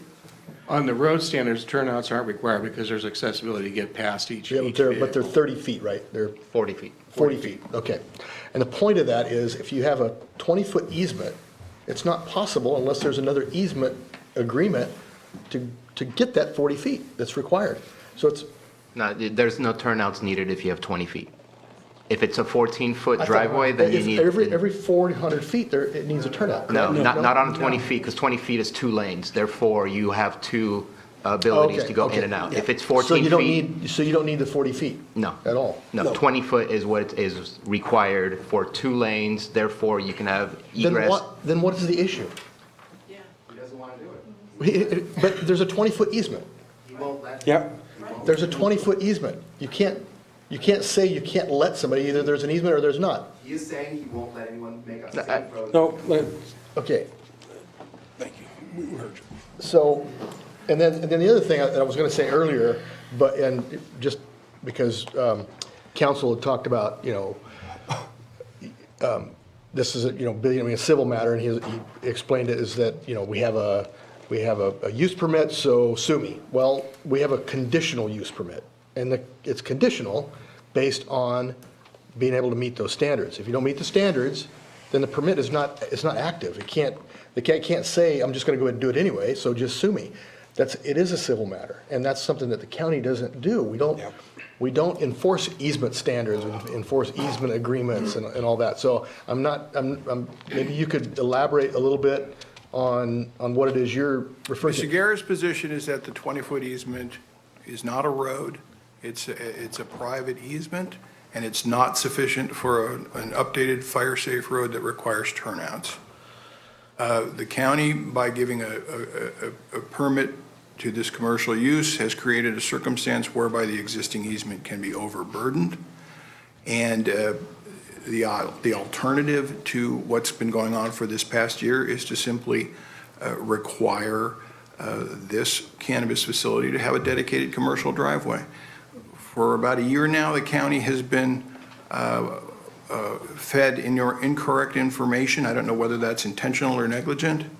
It's not possible. Oh, it's too expensive. Oh, I don't want to pay for it. And none of those things are based upon any facts. You're talking about the other easement? Yeah. Mr. Dawson has not come in here with anything signed under penalty of perjury, anything involving a contractor's report, anything involving any evidence upon which you could make a factual finding that says, the only way in and out of this particular location is the 1994 easement. So again, he has a 20-foot easement. I have That's what the easements. deed says. If you asked me the same questions you asked Bruno, I'd say yes to all of them. I have property, although I would say no, I'm not going to let somebody come across unless they meet the strict agreement language. Now, if there's a 20-foot easement, it's not up to me, but I'm just curious, is there a prohibition to whoever has the right to that easement to not be able to bring it up to a standard that he's required in order to come to his property? What's to prevent him from bringing that road up to the standard required by 4290 if it's within the easement? What's to prevent Mr. Guerra? No, Mr. Dawson. The person who has the easement. If Mr. Dawson can submit to his neighbor a report by somebody with the correct education, license, and experience to say, here's how we can turn that road into a fire-safe access way that addresses your concerns, Mr. Guerra will look at that. He'll give it fair and reasonable consideration. Nobody's made any effort to do that because up until now, the applicant has gotten away with giving the county inaccurate information, misleading information, incomplete information. Well, okay, with all due respect, agreeing to consider it is nothing. Well, I've said that myself. I had no intention of considering it. That's all, that's all you can ask for of Mr. Guerra. Well, no, except you have a legal easement. You don't have to, there's nothing left to consider. The easement is already, the agreement is already there from what I understand. And again, that's not my issue. I'm not going to enforce an easement. I don't care one way or the other. But if we deny the appeal and the conditional use permit stays in effect as it is, it's up to them to work out those details. It's not up to me. To say, if Mr. Dawson thinks his language, or his attorney, he isn't represented by counsel now, but if his counsel advises him, yeah, you have an easement, you can go out there and build that road. Go for it. Well, he hasn't made any proposals or made any requests. Right, but you're saying, well, Mr. Guerra would consider it. What's there to consider? That's not up to us to say, well, we'll do it only if he'll consider it. And that really isn't up to us. What we're talking No, it's about not. today is the approval, the denial or the approval of the appeal. Go ahead, Anita. No, and your decision on this use permit doesn't give permission that you don't have the authority to give to enter onto somebody else's property to do anything. Yep. Okay, we'll get back to testimony. Supervisor, one other thing I'd like to point out as well, Supervisor Brown brought up the issue of turnouts. If we were discussing a driveway scenario here, or 4290 requirements for a driveway, on that driveway, you would have to have a turnout on the driveway, and that would have to be midpoint of the length, and if up to 800 feet. If the driveway it was less than 800 feet, or exceeded 800 feet, then it would be every 400 feet. 400, yeah. It's not a driveway, but I'm just making the point that if we were looking at a Yeah, driveway, we okay, I would see still have to have the the turnout. distinction. Yeah, thanks. And I think the point about driveway is correct. I don't accept the conclusion in this memorandum that that's a road. I don't accept that. The legal reasoning in the county, in staff's memorandum as to that issue has misstatements of law, and it's not. I don't accept that. But that's our position is that's a driveway, not a road. Is it up to us to accept it, Accept what? whether it's a road or a driveway? I think it's up to you to require this applicant to guarantee fire-safe access to his commercial facility. And I don't think that foot fits in Cinderella's slipper here. That's my position. Thank you. Continue the testimony. My name is Michael Donegan. One thing about 4290, back when it was created and enforced or made into law, whatever it is, they say it did not consider a lot of rural areas, which are kind of mountainous areas. So basically, that law cannot enforce areas like that to have this 20 feet road, because that will exclude automatically probably 90% of Humboldt County and probably about 40% of Lake County of people that own properties like this to engage in any kind of commercial activities. So I did talk to the state, and they said in situations like this, because CAL FIRE is the authority, you can invite them, they can check, like they came to my property about 6 times, checked everything, and finally they gave me a letter. It's okay, we can do. They checked the bridges, they checked absolutely everything. And my road, even if I want to make it 20, there's not, because of the place where it is, that cannot be done. So they said, okay, we're here, here's your letter, your road is fine. And it's about 14, maybe 15 feet, and we maintain it.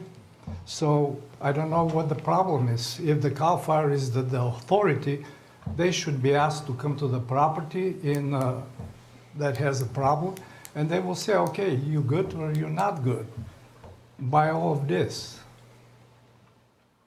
Okay. Thank you.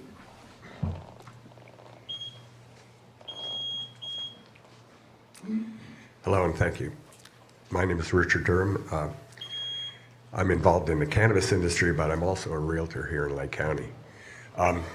When this gentleman bought the property, the easement was there. He was fully aware that the easement was there. Easements run with the land, not with the owner. So if he were to sell this land, that easement would still be there. Also, Lake County is a right to farm county. When he bought the property, he signed a disclosure saying that he understood that his neighbor might be farming at some point. So he was fully aware from the day he purchased the property to this point that a commercial venture might happen. And he agreed to it. He signed all the paperwork. He purchased the property. And now he has to live with his decisions. Thank you. Joan, did you want to one last final comment?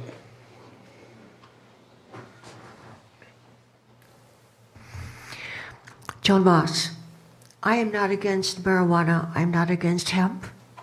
I commend Mr. Porter for pointing out some mistakes that he might have made. I did hear from Mr. Ross that the applicant gave inaccurate information. I heard from Mr. Ross that there was an option 2 that requires the applicant to improve the property. I don't understand what 4290 is.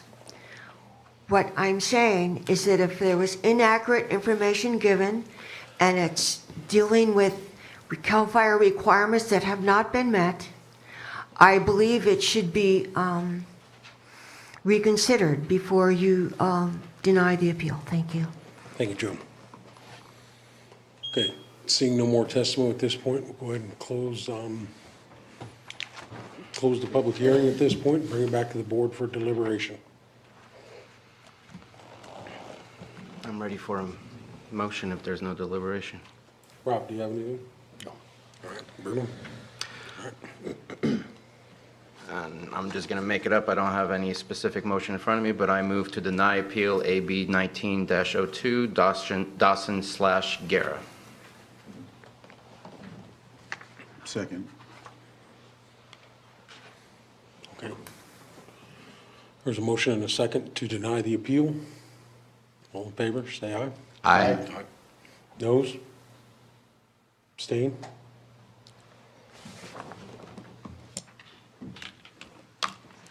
All right, that's it. Thank you. And I hope you guys can figure this out. They made their decision. Yeah, they denied and they didn't change anything, although they did alter the use conditions to get rid of this little verbiage. Oh, hey. I don't know if we need to do that or not. I need, hey, was there 2 motions in there? I made a motion and EJ second. Oh, was there 2 specific motions? I don't know, I was just looking at this. No, there's just options, different options. Okay, we're completed then. Okay. I'm gonna go get a snack real quick. I think we're gonna get calendars. Yeah, we got to do calendars. Let's make it happen. 7.1, weekly calendar, travel and reports.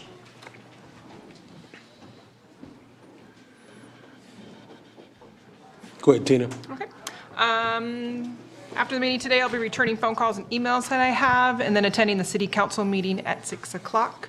Tomorrow, I'll be in the office in the morning, and then attending the children's council meeting at 1, and then we have an airport meeting at 2. Thursday, I have the Seroptimists will be honoring women who will be receiving our awards to better themselves with education at 11 o'clock. And then I have a meeting at 3 with the Lake County Continuum of Care, and then volunteering at the Warming Center that evening.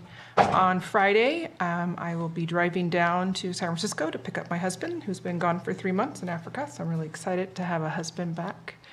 And then on Saturday, I will be attending the fairgrounds. They're having a dinner to raise money for the fairgrounds. And then on Sunday, I'll be attending the Poetry Out Loud at 2 o'clock at the Soberis. They're youth that are coming out with their own poems, reciting them, and then awards will be handed out. And then I have a Hope Rising meeting Monday the 10th in the morning. And I'll be in the office for that, and then back here on Tuesday. Go ahead, Bruno. Can you go on to someone else? Okay, go ahead, Rob. So, I'm off, okay. So tomorrow, I'm meeting in Ukiah in the morning, then I have a meeting with staff at 1 o'clock, planning staff, and then airport meeting at 2 o'clock. And I'm working on funeral arrangements for a friend of mine. I don't have the date set on that yet, so I'm kind of open for that for the next few days. Beyond. Okay. Go ahead, EJ. So tomorrow, I think we have a phone call at CMAT. I don't think we've set the time yet, but I know it probably is going to be tomorrow. That's in the morning or afternoon time. Earth, I have at 4 p.m., and then I'll be out at the CSA2 meeting. Next week, I won't be at this meeting. I am going out to DC on other business. However, I am going to mix in some meetings with congressional representatives and possibly state representatives or Senate representatives in conjunction with my business out there. I'll be doing business on the county as well, setting meetings for certain things. Of course, in regard to Middle Creek Restoration and Potter Valley Project, of course. So if there's anything else anyone wants me to bring forward in those meetings, please let me know ahead of time so I can push something through. Bring our So. priorities. Yeah. There we go. Okay, board meeting today, agenda review as soon as we can after we get through closed session items. This afternoon, I have to go visit a couple of sites for constituents down in my area for construction. The other one, another issue she has. Wednesday morning, I do have the call with the Risk Reduction Authority with the CMAT team. And that is from 10 to 11, I think is what it is, with Michelle Scully. And then we'll be back down in the afternoon, back down to my district. Thursday and Friday. Friday, we'll have office hours in Lower Lake from 8:30 to 11 at the town hall. Thursday, I have a pretty open schedule down there. We'll be taking care of business down in my district. And then that night, I have the high school football awards that I'll be going to. Obviously, this weekend will be, attending a funeral this weekend in Clear Lake, and then back here on Jim's son, yeah, I Yes, had that yeah, too. on Thank you. Saturday, the 8th. Yeah. And then we'll be returning here on Monday, just to get back into things and work on issues that are happening here, and then Board of Supervisors on Tuesday, the 11th. Bruno? Thank you for letting me skip. I was a little low on sugar. Needed a little sugar rush here. Last week, just wanted to say that we seem a little lost on here. Mike's up. Thank you. Here we go. Last week, had a good hemp meeting on Friday. We'll be seeing something coming back to us on the 11th with all of our motions that we moved, some changes and regulations coming up. So I'm excited that we're finally moving forward on that. Next week, LTA on, oh, no, sorry, looking at this week. Too far forward, yeah. Yep, too far forward. Had Middle Creek Restoration Project also on Monday. Trying to see if we can get some movement from Paragon for purchasing all those properties. So we're going to be moving on that. Hoping to have that meeting tomorrow at 3 p.m. For the stormwater meeting. ALUC, I believe, is what it is. At this moment, I couldn't even tell you what the acronym is for. The rest of my week seems fairly empty, and then coming back again on Monday to prepare for our meeting on Tuesday. Okay, got those calendars. Thank you.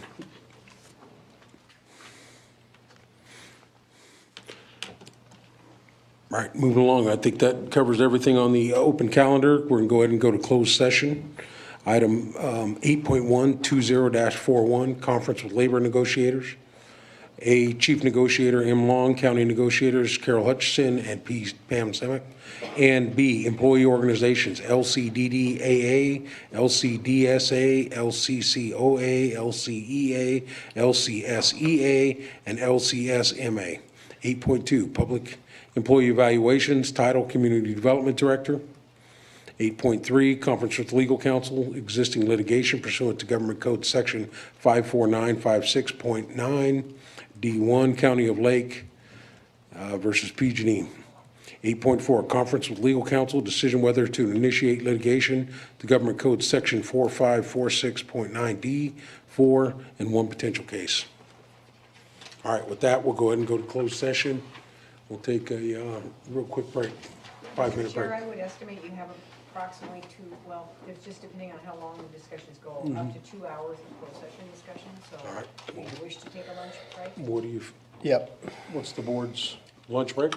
Yeah, I think Come staff back needs at 1:30, would that be? 1:30. Okay. In agreements with the board?